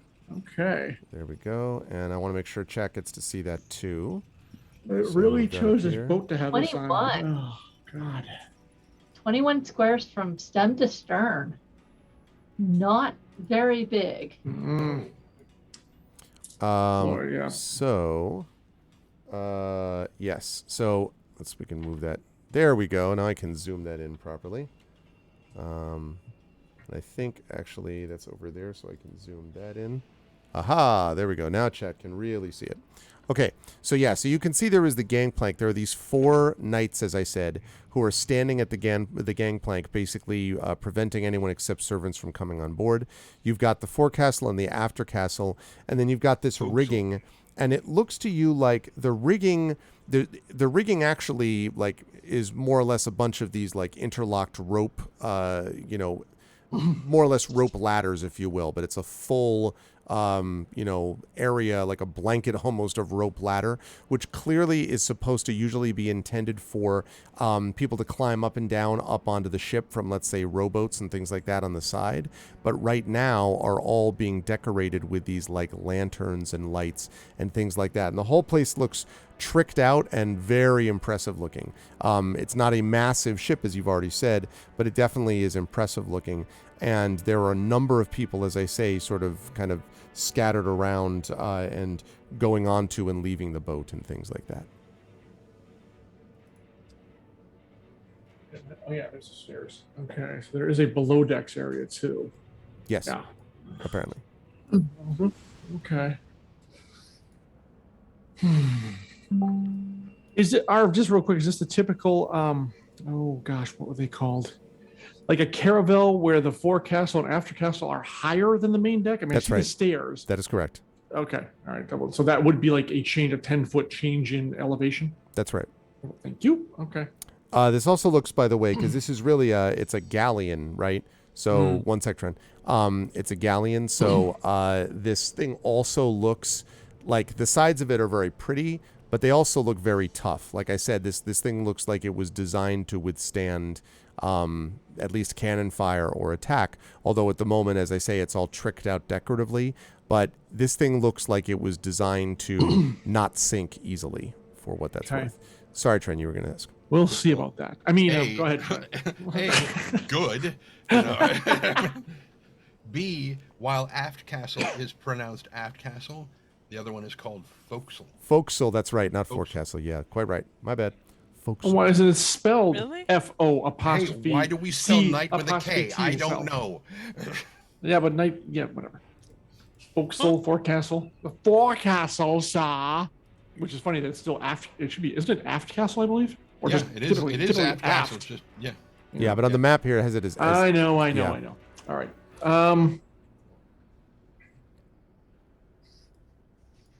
We're still linked, right? Yeah. Okay. Yep. The whole way through. Yeah. It's a small ship. Alarian states, I wonder if it would be at all useful to get someone aboard under the guise of a servant to get a look around below deck, just so we know in case there is something untoward. I guess we can go during the party itself. There will be enough going on where someone not as attention getting as myself can probably slip away We and could make sure there's nothing going on. We could probably demand to be able to see what security measures they have in Absolutely. place, considering what just happened in the train. Well, We the should train demand it, in fact, if we the care train about. is not the city. We have to be careful to assume it's going to carry over. I'm not so sure. On the other hand, if we've already made a name for ourselves, going in and making more of one, I can get behind that. It's not a bad idea, all things Well, maybe considered. you and Tanton, Mia Tanton can go in. I was Because actually he thinking, definitely knows how to be angry on my behalf. I will stay with Nisiana and make sure she's safe. is there any way we could get a hold of Jovi before the party starts? He seems to know his way around this diplomatic intrigue, noble nonsense. No offense. I glance at Nisiana. Well, I could make a sending to him. Only if you want to, since I know that's a higher level spell that we may have need of later. So it's up to you. Is it inappropriate to send to a noble? It's one noble to another. Why couldn't they chat this way? I don't know. And besides, I'm not a noble. I don't know. He seems to be, I wouldn't say necessarily taken, but he seems to like you a good deal. Well, he left me the note that said that he had taken care of everything. So that does indicate he might be busy between now and then. True. I mean, I expect the boat will be heavily guarded. I'm not, any force that would try to do anything would have to be of an overwhelming size. They're not going to try and do anything physically during the party. They're going to try and do something politically. Sinking the boat would be a physical and a political action. Capturing the boat and moving it off into, is this on a lake or a river, Harv? It's on the river, the Howling River. Yeah. Maybe we should try and find Halar and have a conversation with him about this. Now that would be a sending. Can you send to him? Yeah. I can send to him. If he's on this plane of existence. One assumes he will be. I think that's a very good idea. Let us try to make contact with him. Okay, hold on. Let me think about this for a moment. Cut to sigil. Well, it's a good thing I've come here. Like, damn it. Yeah. Sit there in the bottom corner staring up at her disgruntledly. Pick me up. I love you. Let me love you. The question is, why did they target us? Because they work for Aurelian, that's why. It would be simpler if they did. Then at least we'd have only one enemy to worry about as No, opposed wait. to multiples. How do we know they work for Aurelian? That's a guess. Like, Since it's we a couldn't guess. take them alive to we interrogate were told them. about them. The bald-haired guys, the bald guys, the really handsome spy told us about them. Okay. Oh, that's true. All right.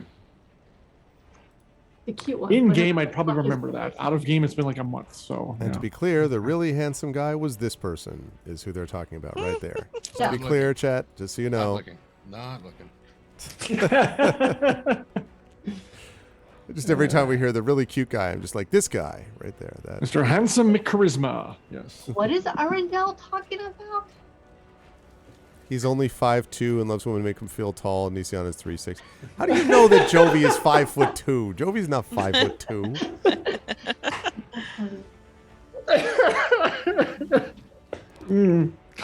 While Anyway. we're kind of looking around and waiting, I want to kind of, I don't know, listen in on gossip or anything, because there must be people walking around like servants gossip all the time, and You can definitely do that. people, while Nisiana is thinking of her message, so. So, and there's a number. Now, let me ask you this. Are you sort of aiming more for like people coming on and off the boat or people walking by? Like, do you have any particular group that you're targeting that you'd like to try to listen in on, Merime? I guess particularly if there's any like guards or anyone soldier-like in the area, so if they're talking about security, so people going by us who look involved in some way with the ship, like that are part of the party. if you will. So it takes a few minutes, but as you're in the process of doing this, you are in fact able to gather 2 bits of information because of those particular groups. The first is that these 4 knights are apparently getting tired and antsy because they're nearing the end of their shift and they're really excited to kind of be done with this. And their relief is going to be increased in level and number because about an hour before the ball starts, they are going to be relieved by 6 fresh knights. Now, these knights, by the way, that you can see are legit, like, armor-wearing. These are not like, village guards. Like, these are legit, seriously heavily armored people. And so only move in L shapes. Yeah, exactly. There is a Twitter thread. I don't know if anyone saw this, but there was a guy who posted he's a bishop somewhere, and he was standing on a checkerboard floor, and he was like, "I can only move to the black square up to the left." It's really funny. Anyway, and he in fact is a bishop. Anyway, so that's the first thing, Maramé, is that there's going to be a shift change before the ball starts, and they're going to be 6 guards instead of 4. The second thing you hear is that the servants apparently are walking back and forth from the Montchalet to a nearby warehouse to get supplies, and this warehouse has been getting filled up for weeks in advance of this. There were decorations and refreshments and like all kinds of different things in terms of fancy ribbons and banners and lanterns I already talked about and things like that. So there's a lot of stuff that they're doing this. And the warehouse is also heavily guarded, as is the ship. And apparently the city itself of Rote, which has always got pretty good security, it is the capital of the nation, but it has also been at even higher levels of alert because basically as the servants have been, a lot of the servants are grumbling that this is taking 3 times as long because the guards are basically practically checking their identifications every time they walk past them. Like the people of Rote are not messing around. They want this thing to be secure. Okay. Okay, that's good. That makes me feel a little bit better. Okay, perfect. And I'll report that to everyone. Just listening on some gossip, and it looks like the security will be amped up quite a bit by tonight. So that is good news. Okay, I have the message. okay. Great. Good timing. Dear Halar, how are you? I am well. No. No, at this point, I'm How are the pretty sure kids? Laura's How's the gonna vet? know it's me.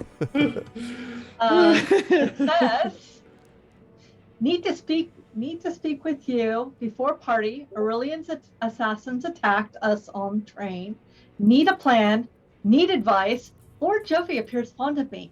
Help. 25 words. Okay.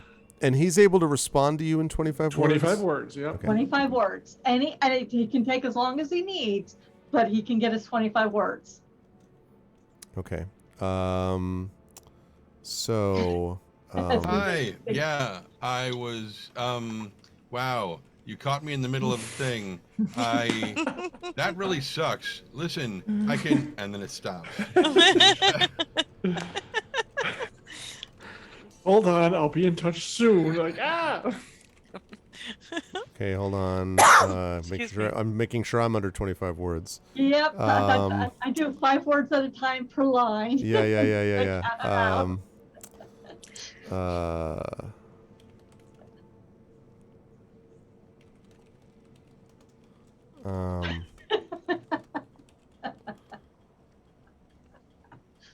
It really suck for clanners and stuff because they can't use contractions.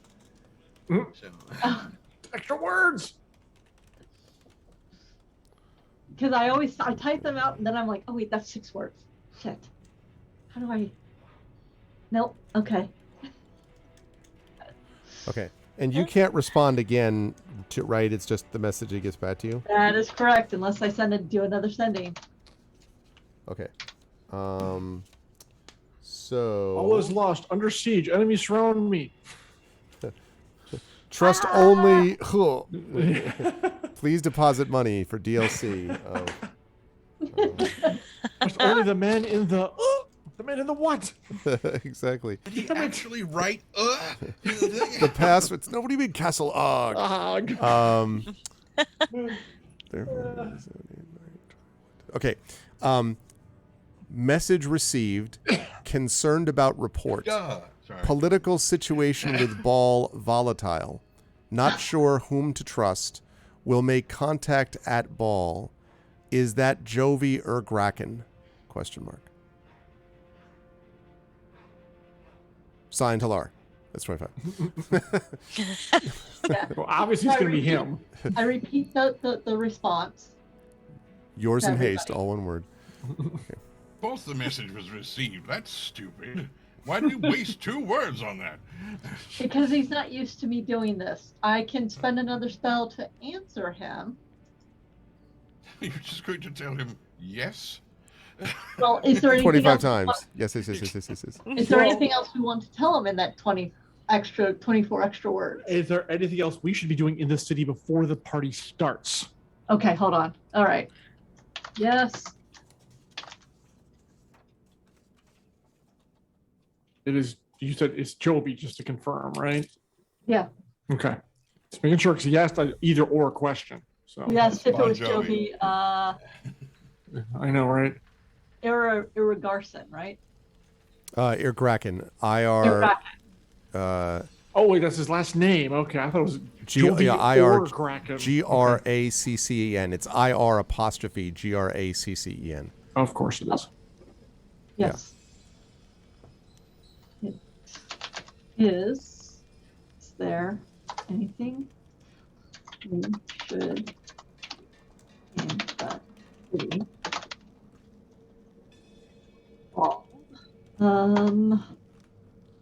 We already have the paperwork. We're not subtle. He doesn't, well, or he already knows. Actually- He knows us well enough. He doesn't need to- Actually, Jovi says we'll be the talk of the town. I should put that in there. because- Yeah. He's gonna be so mad. Have attracted lots of attention. Yeah, he adds a supplement. Don't attract any attention. Well, We are not Too only late. famous, we are infamous. Okay. well, damn it. Yes, it Well, is. There's anything- Approaching is there- notorious.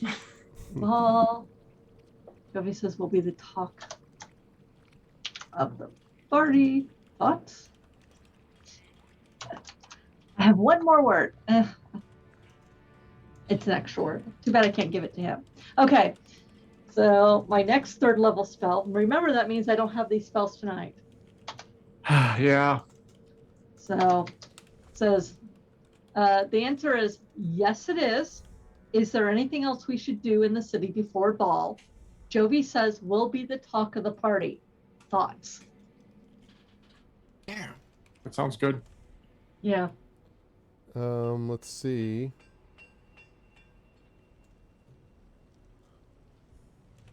Yeah, we're not sneaky. We're more sneaky red dragon subtle. I was just looking at it. I was like, Arudinel, that's perfect. We will never be now subtle unless it's Merime on her own. Yeah. I mean, technically, Fine. Nisiana, you could probably manage it. No, not me. No. Maybe I can be subtle if I try. I can Ben? deceive. No. I can even invisibility. You got invisible. Yeah, exactly. I can do lots of stuff to be subtle. I've got high stealth, but I like who I travel with. My cats would like to complain the fact that they have not been given treats tonight. Oh no. Okay. Oh, you are being double teamed. there. Okay, so Yeah.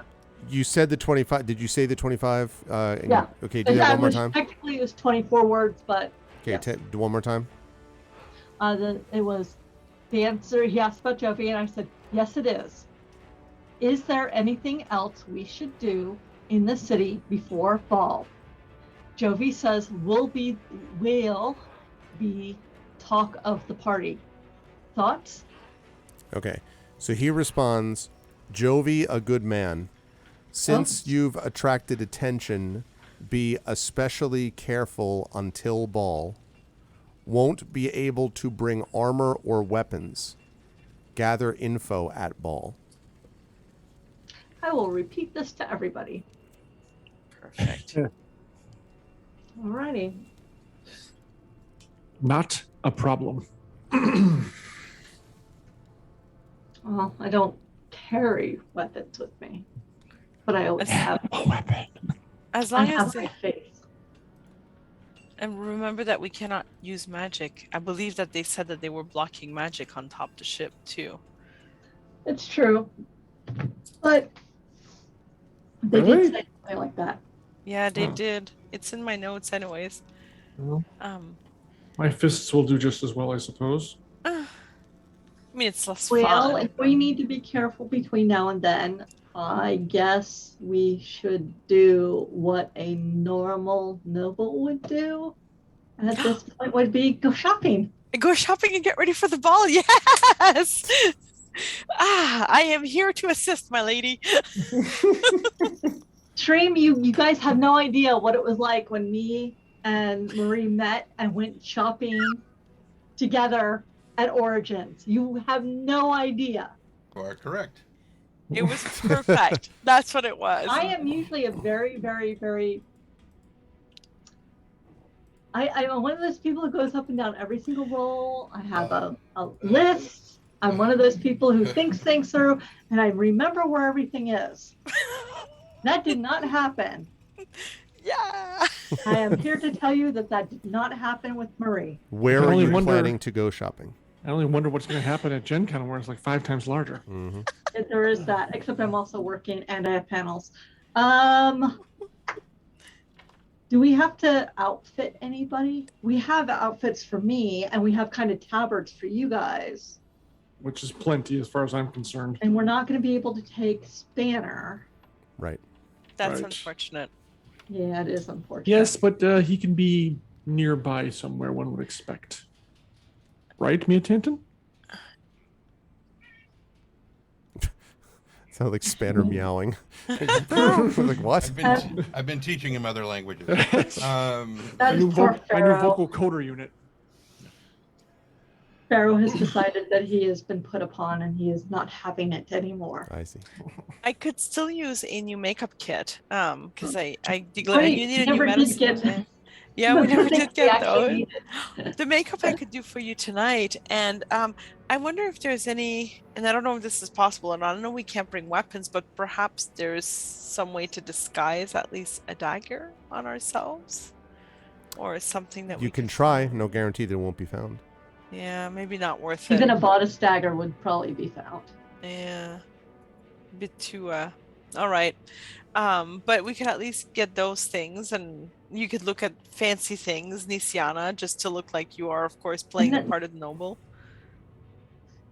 Maybe think about getting some sort of thank you gift to Lord Jovi for being kind. That's a lovely idea. Something that, I don't know, would make House Drasco feel honored. I'll think about it as we go shopping. Let's do it. Should we get some sort of room to keep whatever we're not taking with us in? Well, since I put the armor plating on the walls of the train and didn't have time to take it off, my bag of holding is virtually empty.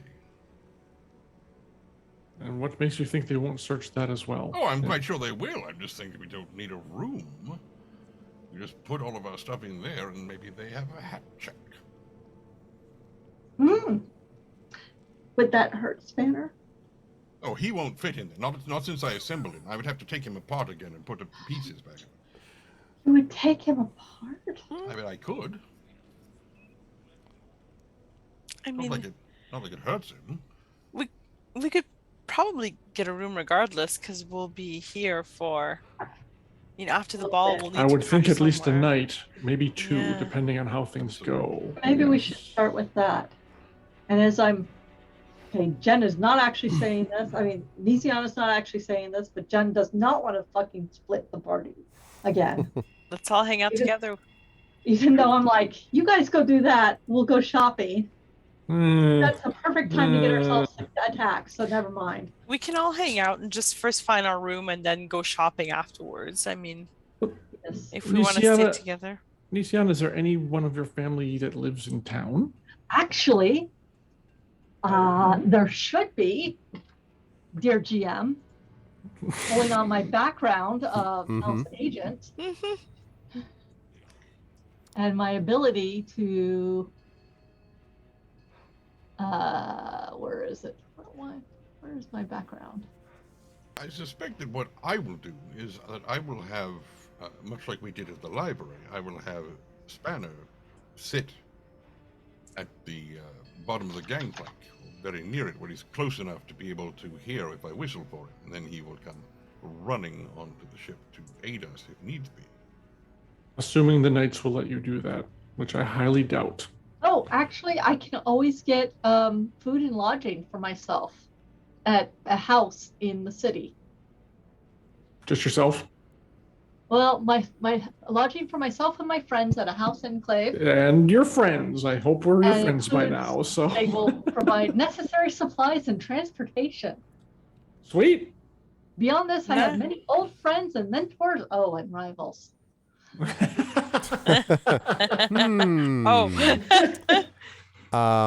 Arv strokes his chin. Yes, Rivals, indeed. eh? And also to be clear, the party's sort of cover for this is you are going as Lady Nisiana di Jarasco. You are going as a member of this sort of noble house. But the other people are the ones that, Merime, Tantan, and Larian, not actually servants or your servants. True. So for those, there's a whole kind of cover-up that's involved. I mention that only because you can absolutely find, it is rote, so it's not some backwater like Salvation. You can absolutely find members of the House Jarasco that you could stay with. The only thing I want to point out is they will probably ask questions about your, in quotes, servants, and word may get around because they are going to know of you. I'm just letting you know that's a thing. That is a thing, and talking of, it might get back to my aunt. Oops, that would be a thing. You did what? Where? Why? Didn't I think of that?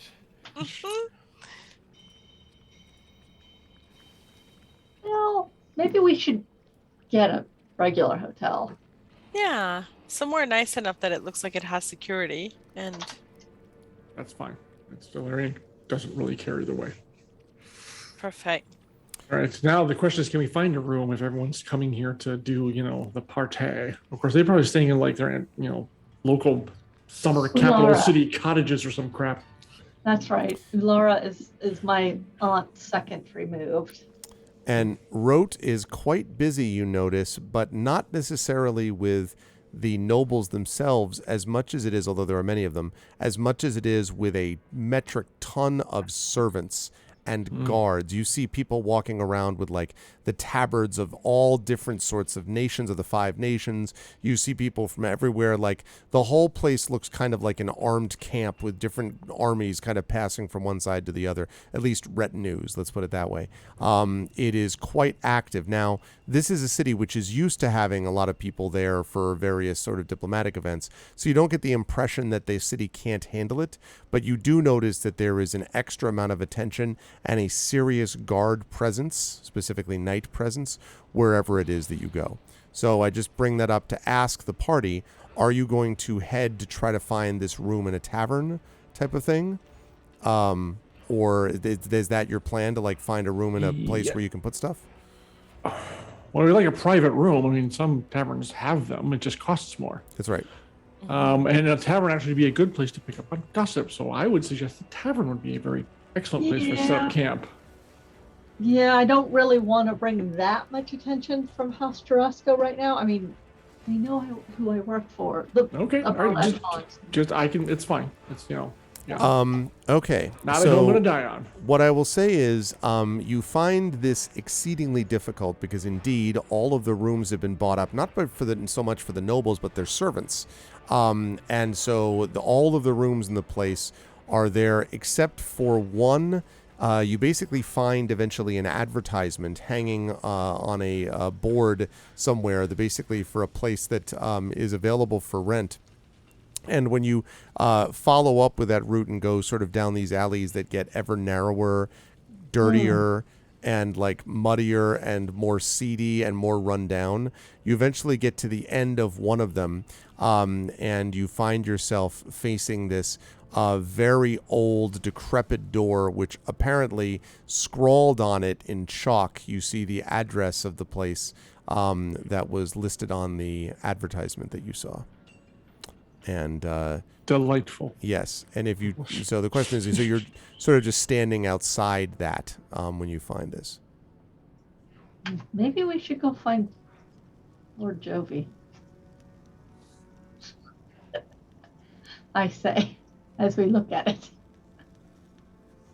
I don't know if there's going to be enough time before the event this evening. At the very least, we could take a look. This might be the only thing that is left in the city. All right, I'll let go. I will thump on the door a couple times, 3 times. Okay. This is great. Boom, Crumbles to boom, splinters. boom. And you hear kind of a like shuffling sound, and then the door creaks open, and on the other side of it you see this wizened and bent over figure with wispy white hair and sort of facing down. You see the hair sort of over their face, and then you hear, "What do you want?" Do you have a room for let? Maybe. Who wants to know?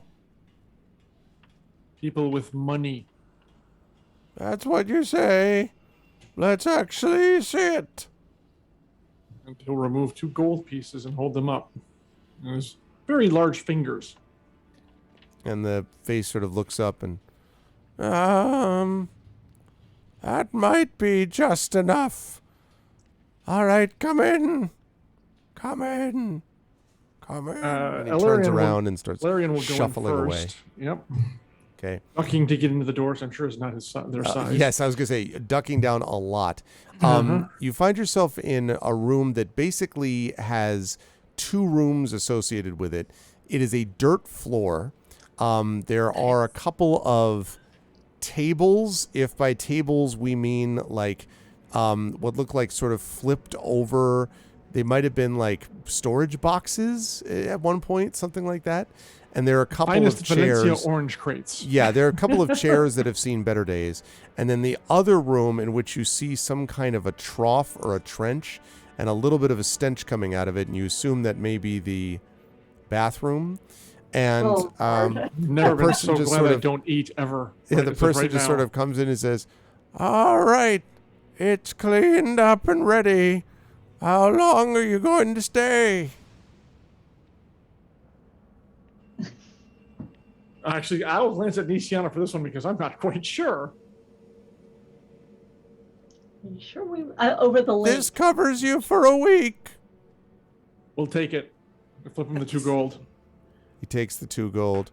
All right. And he walks, he shuffles up. past you. He stops. One more Yes. thing. Takes out another 2 gold and gives it to him. This also buys your silence. Silence. I don't like talking in the first place, I'll have you know. And he walks further to the stair Good. to the door. And then he stops and he says, if you have any towels you need clean, just leave them outside. And he walks outside the door. The door closes, and you are left with a rather smelly room and a squeaking sound as a rat zips past Nisiana's foot. Are there, in fact, any towels? If there are, they may be found in the bathroom. I'm sorry. I'm going to have to start prestidigitation. Everything. Like I'm just going around and there's like little puffs of sparkles going out here, and there's a French smell of roses that invades as I like. Many hours later. This is a very... was just doesn't late, move for a little bit. She's just like, Yeah. 3 days later after the ball. On the plus side, no one would even possibly ever think of looking for us here. That's And true. as we draw the camera back, the old wizened gnome outside of the door stops and looks back. Well, strange days indeed. Strange days. And with a big smile, he shuffles off down the street as we bring our session to a close. Oh boy. I am most excited to see what happens for the ball, which is going to happen next. It's going to be great. You realize we have to get ready in this place? You have to get ready in this place. I'll help you. I got your back. It's the best You guys Airbnb just, like- ever. I just want to be clear about that. Never. I can't wait to see what the cleaning fee is for this place. Yeah, no, the security deposit on its own. This was a ton of fun. And I mean, the combat was a lot of fun. The end of the combat was not what I was planning or what I was expecting, but it was really fun to see it and the reaction of many of the people that were on the train and elsewhere. And of course, now the party knows that they are a target of someone, but whom? If it is Irulin, is that what these two were from? What happens next? What about this question? They can't bring weapons to the ball, et cetera, et cetera. There's all kinds of machinations here that the party's going to have to deal with, and then they just have to find a spy and stop nations from going to war. No problem. Like this is it's the King's Citadel. Easy peasy. It's just just another Tuesday for the King's Citadel. I will start with the gentleman at the bottom right of our pyramid here, and that, of course, is John. John, good stuff today with Ilarion. I have to say, the long jump Kool-Aid man through the dining car was not on my bingo card today, and I was very impressed that you both eliminated the threat and did so by eliminating much of the dining car. So that was remodeled. That was good work. The gnome was not bald with a red robe. Welcome to Dungeons and Dragons. No, it was not. It was not that. Yes, and Ilarion, of course, clearly said, "Oh yeah," as he went through the room. Oh, yeah. That was a ton of fun. How did you feel about today's session, John? Yes, one of the more fun combats I've actually enjoyed, rather than not getting knocked on my ass. I did not expect to fall through the ceiling, so that was delightfully unexpected. Much fun. A lot of fun. I guess I got to reduce more assassins to red paste, chunky red salsa. Yeah, this was great. Yeah, the combat did not go how I thought either, but it was delightfully entertaining, and I hope Chad enjoyed it as much as I did. Because yeah, I'm going to start plunging through everything now. Like I said, we're probably going to sink the boat. That's foreshadowing. Just Kool-Aid Man all the way. Just like, you know. Exactly. Yeah, so. Be great. Just be ready. Season 3's video hasn't been made yet. If you want to spend your whole time, Ilarion, just Kool-Aid Man through every wall, just like.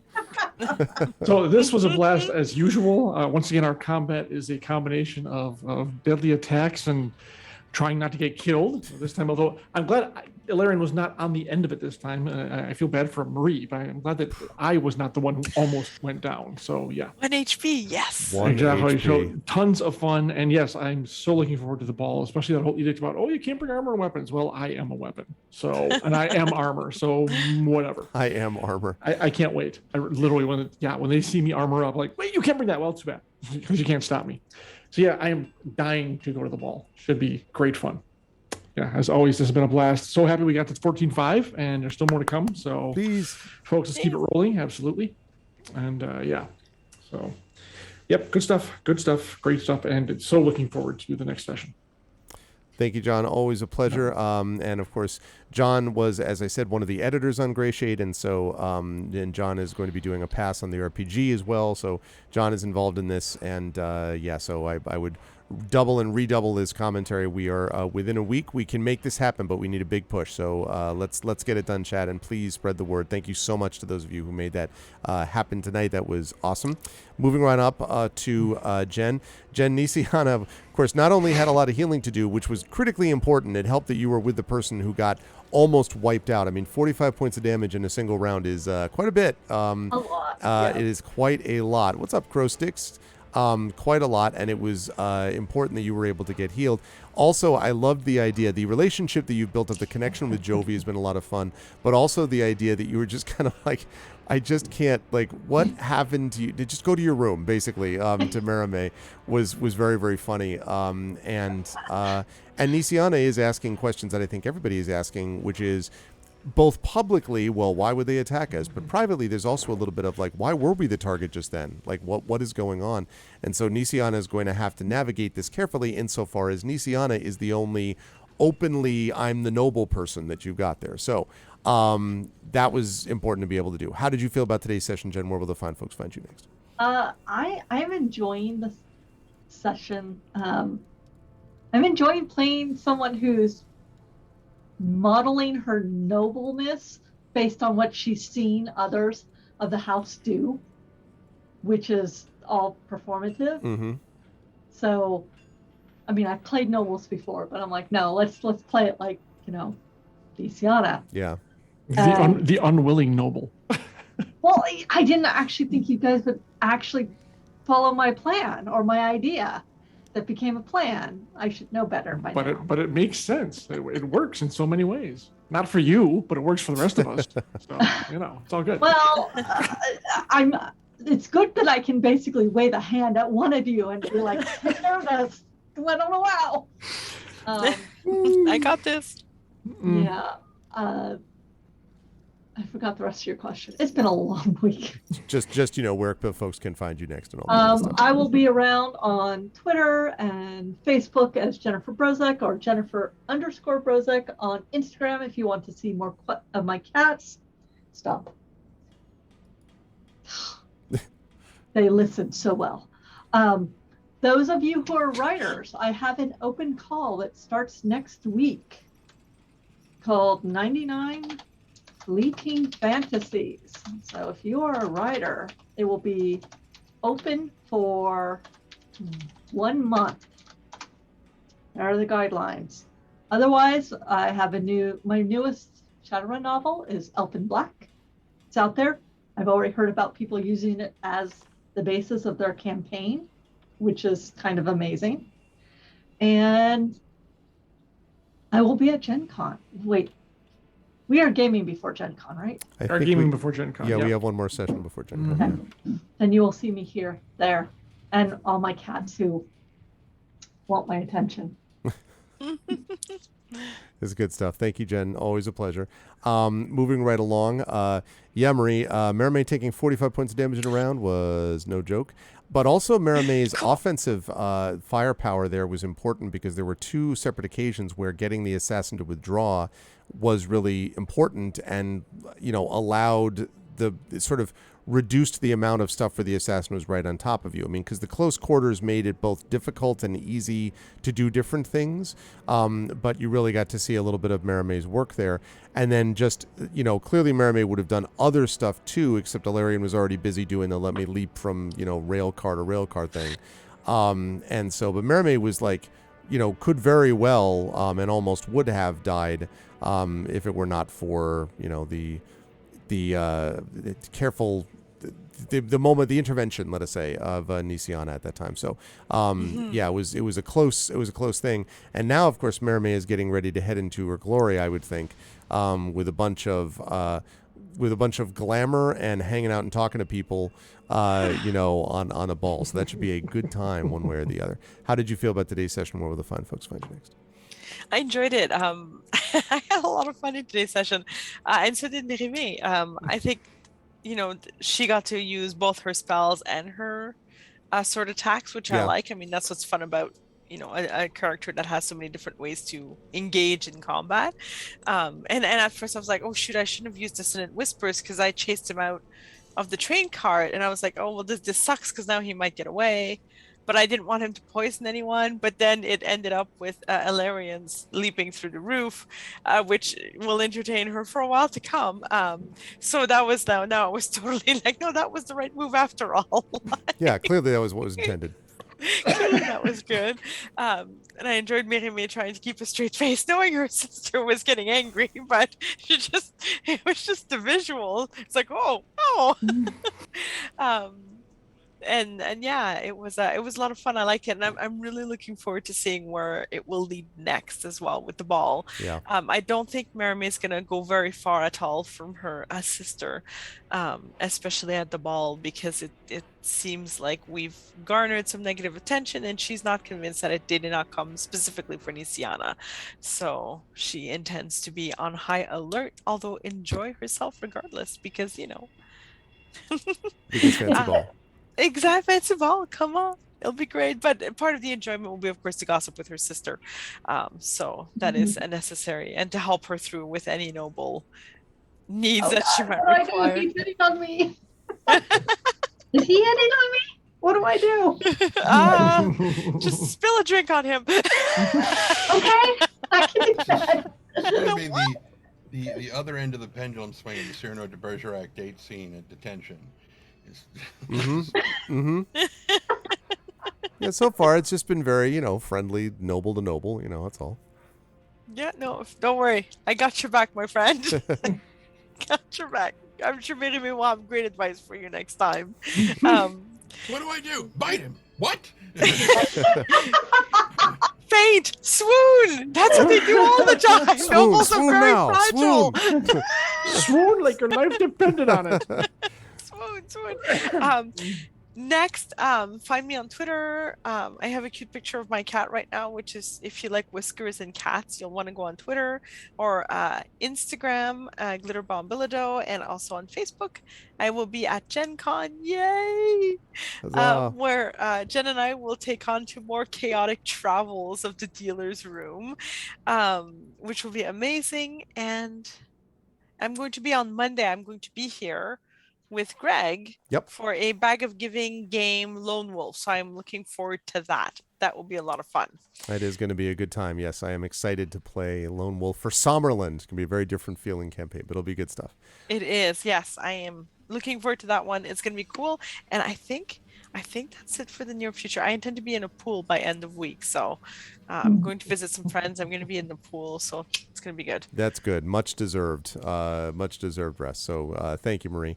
Always a pleasure. Last but certainly not least, Tren, Tanton's work of deciding to get every cabin open by force so as to, check on every noble was definitely useful. And I happen to love the image just of you looking left, right, and then up and not seeing anyone and being like, well, just like bash through the door. That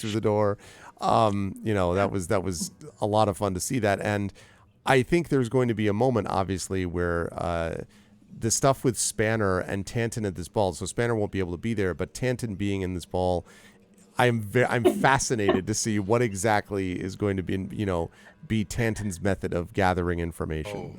I already have planned. Oh good. I'm excited for it. How'd you feel about today, Trent? Where will the fine folks find you next? It was good. I knowing that we were coming into tonight, going right into combat was I was really looking forward to that. I'm glad my voice held out after all. It did. Thank you, Throat Coat, for helping. But yeah, it was a delight. I think the thing that I regret most was the servant that brought in the souffle and dropped it. It just everywhere. That was so. I don't know if I can handle that. No. The souffle. I don't think I've ever had one.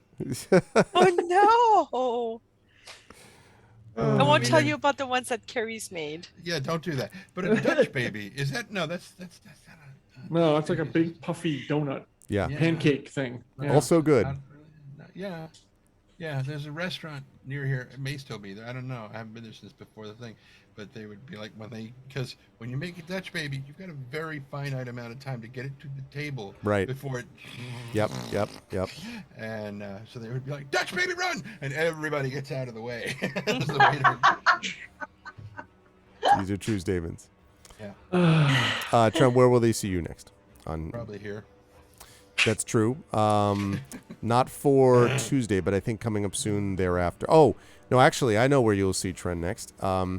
And that is you are going to see Tren as part of our massive marathon concluding Kickstarter session this coming Friday. John is hopefully going to be, I'm not sure if John can, but may be a part of that too. But Tren is definitely going to be a part of it along with many other notables. And it is going to be an incredible system switching. That's right. System switching. So we're going to start with a group of characters. I'll explain this more later, chat. But basically, every $500 we go up, the system is going to switch. But the characters, at least the archetypes, will stay the same to the extent they can. Ooh. We did something like this for the Icarus Kickstarter a few years ago. It was hugely successful, and we are pulling out all the stops for this. So you will not want to miss that. And if this But Trent will be helps there from the beginning. Yes. for people to as incentive for them to donate or back the Kickstarter to be able to do this, I really don't like this thing. Okay, I don't like it. I don't like switching game systems and everything. I do not like it at all. So if you wish to torment me, it's a perfect opportunity to do it. I asked Trent, I was like, "Are you sure?" And Trent was like, "Yes, I will." That was almost my exact tone. he was like, As- "Yes." It's like, fine. I grudgingly accept. I grudgingly accept. Yes. So I Trent will tell be. you though, if I weren't teaching, I would be there. I appreciate that. I know that people have got stuff they're doing and managing, but we will have a very good group of people assembled from all of my players across multiple campaigns to be a part of this and be handing off. Like Trent will be leading off, but we'll be there for a few hours, and then other people will pick up, and so it'll be great. And we will have other GMs besides me. Brandon O'Brien will be GMing for part of this, and we'll have other GMs that are going to be jumping in to do different systems. So it's going to be great. I'm excited and all that stuff. Trent, thank you very much as well for being here yesterday too.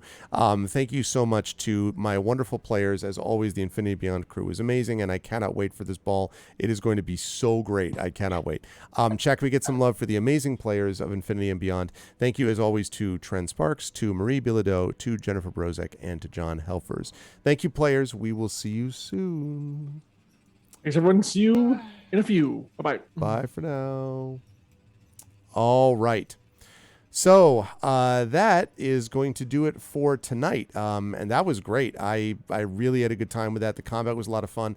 And we actually raised some money too. We got ourselves up to 14.5. So we are making some great progress. But it's important to note, chat, that although we have made excellent progress, and if I can just say, by the way, as a separate note, I just saw the picture of Marie's cat on Twitter. That is outrageous. That cat has more whiskers than the history of, like, that is, what a photo. That is like just, that is absurd. Anyway, but we are at 14.5. Now again, chat, we are closing in on 60% funded. When we reach 15,000, we'll be 60% funded. That usually helps with algorithms and everything else. But again, time is a wasting, and we only have less than a week to go. So please, please, please, if you haven't done so already, if you are interested in a 5e RPG, which is the Gray Shade RPG being made by Alligator Alley, if you want to see that incredible game with 5 classes, which the Rising Tides and I had a chance to speak of during a video, which you can find on my YouTube channel, also TikTok at various places, talking about those 5 classes of Acolyte, Informant, Investigator, Merchant, and Noble. There's a bonus class coming at 200 backers, so we're at 169 now. We are 30 backers, just about 30 backers, 31 backers away from hitting that 200 backer plateau, at which point you will have a choice of 3 classes, and the backers will have a chance to vote on which of the 3 they want to see fully developed. So we've got that going on. We have a new post that went up that was on Mary Robinette Cowell's My Favorite Bit, which just went up today, and we want people to definitely push that. The Reddit posts, there are several Reddit posts out there. You can find those on my Discord channel, upvoting those. So please, spreading the word and letting them. What's up, Tilted Gaming? Oh, no problem, dude. It's always a pleasure. I'm just talking up the Gray Shade Kickstarter actually right now. We just wrapped up, but I'm just talking about the Gray Shade Kickstarter. But it's good to see you, man. I hope all's well. So the Gray Shade Kickstarter, as I say, if you want that 5e RPG, that's the place to go. If you want to get the next 2 books with this series, the Gray Assassin Trilogy, we have book 1, which was published. That's Gray Shade, but Renegade and Heretic are still there to be done. That is also being funded by this Kickstarter, as is an audiobook from the incredible Trent Sparks. And if you've seen Trent's roleplay on here, and or if you saw Trent's performance yesterday when he was doing a stream talking about audio stuff, you will definitely want to make sure that you get that audiobook done. That will be funded when we fund the overall project.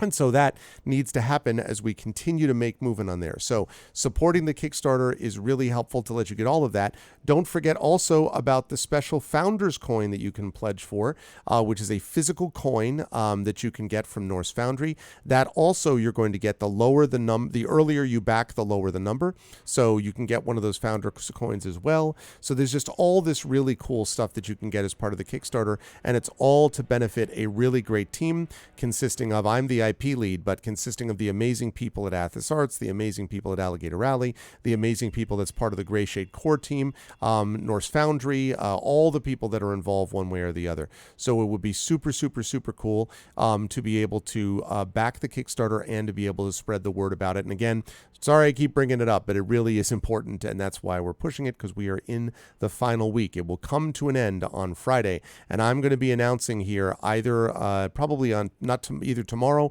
or Monday, I will be announcing the details of that final big mega event. So a lot of big streams coming up this week, and that final big mega event on Friday, which is going to be a 12-hour marathon from noon Eastern all the way until midnight. That is going to be pretty epic. The short version of it, as I said, is that we're going to switch systems every $500, and we're just going to keep up. It ends at midnight on Friday, basically a Rudenell. So it's basically 12 hours straight. Starts at noon Eastern, ends at midnight Eastern, and we're going to switch up every $500. So that's the plan. We are very excited about this, but the only way it works is if we just continue to push and all come together. So please do that, and thank you for being a part of this. Otherwise, I would say that, let me just double check quickly and see who we've got, because it has been a little while since we've done a raid. We had a solid turnout tonight, so let me see. I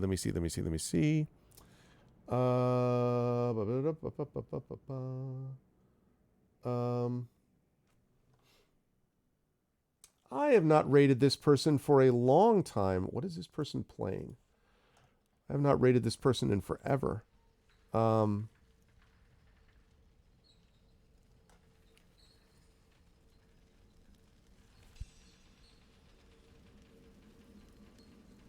Oh, I know what that sound is.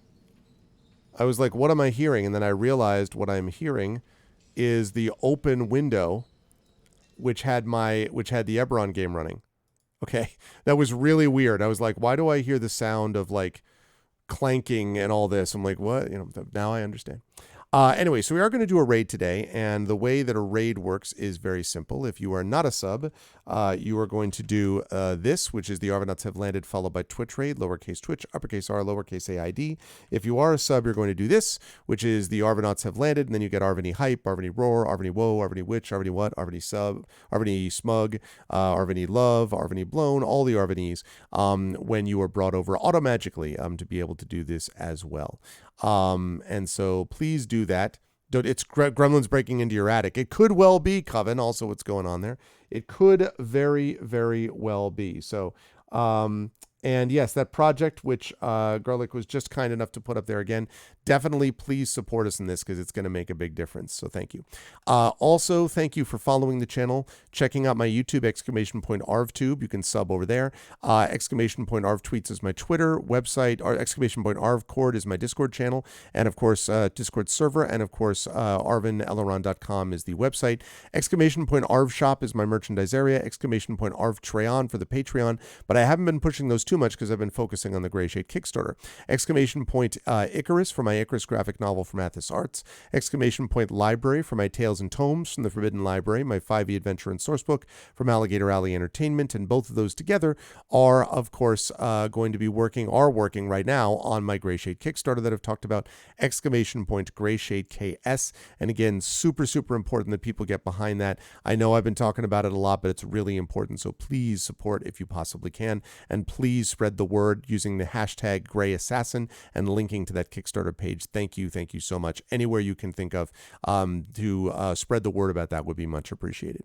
And of course, as always, BLM, Black Lives Matter, very important to affirm and assert the significance and importance of Black lives, and Help Now, the World Health Organization page on suicide prevention. Very important to reach out to others when you need help and to reach out to others when they need help as well. And Ukraine, UKRAIN UKRAINE, to help the people of Ukraine who are fighting back against an illegal and illegitimate war. Very important that we support them to the extent that we can as well. I want to thank the amazing people who made this such a great stream tonight. Thank you to Arudinel, to Coven, to Dragonspear, to Garlic Tofu, to Rock God, Triffity Mats, and the Rising Ties. Best mods in the business, and thank you so much to all those working so hard as well on the Kickstarter, on the inside, Garlic Tofu, obviously Rising Ties as well, who are part of the team. So thank you so much. Thank you as well to my wonderful Patreon supporters and subscribers, Arudinel, Coven, Dragon, Garlic, Rock God, Triffid. Thank you to Wispy Song, and of course, thank you to, I think I've got Tilted and West River Rat, who are both VIPs, Crit Twitch, Gone Eden, Prince Justin, and Trending. Thank you so much to all of those supporters who make such a difference. Thank you to my viewers as well, to 420, to Alexis, thank you to Asum Casa, to Axeman, Darksteel Spork. Thank you so much to Don Cairo for multiple reasons today. Thank you to Gitno, thank you to Lizzie Beth, Leo Reek, Light and Passion, Marie Bilodeau, Mrs. Dunsel, who's a sub, as is Nonstop. I don't know why they're both listed up there. Radio Johnny Panda, Shrimpy, Soy Cuberville, and Sophia Fox. But a special thanks tonight to my players as well. Thank you to Tren, to Marie, to Jen, and to John for being part of the Infinity and Beyond crew and being so amazing. I'm going to be off tomorrow, probably, but I will be back on Monday with Lone Wolf, the adventure game for Bag of Giving. So you will definitely not want to miss that as we forge forward with the Gray Shade Kickstarter, which again you can check out with !Gray Shade KS. Otherwise, that's it for me. Thanks everyone. Much love. Everyone be good to each other and stick around for the raid. I will see you folks in a couple of days. In the meantime, please back the Kickstarter, and I will catch all you folks soon. Everyone be good to each other. Have a good night.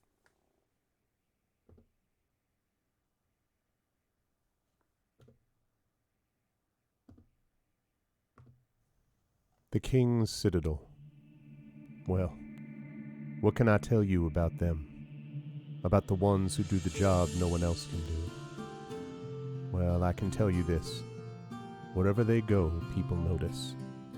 And wherever they are, hope follows. Hilarion, the Shield.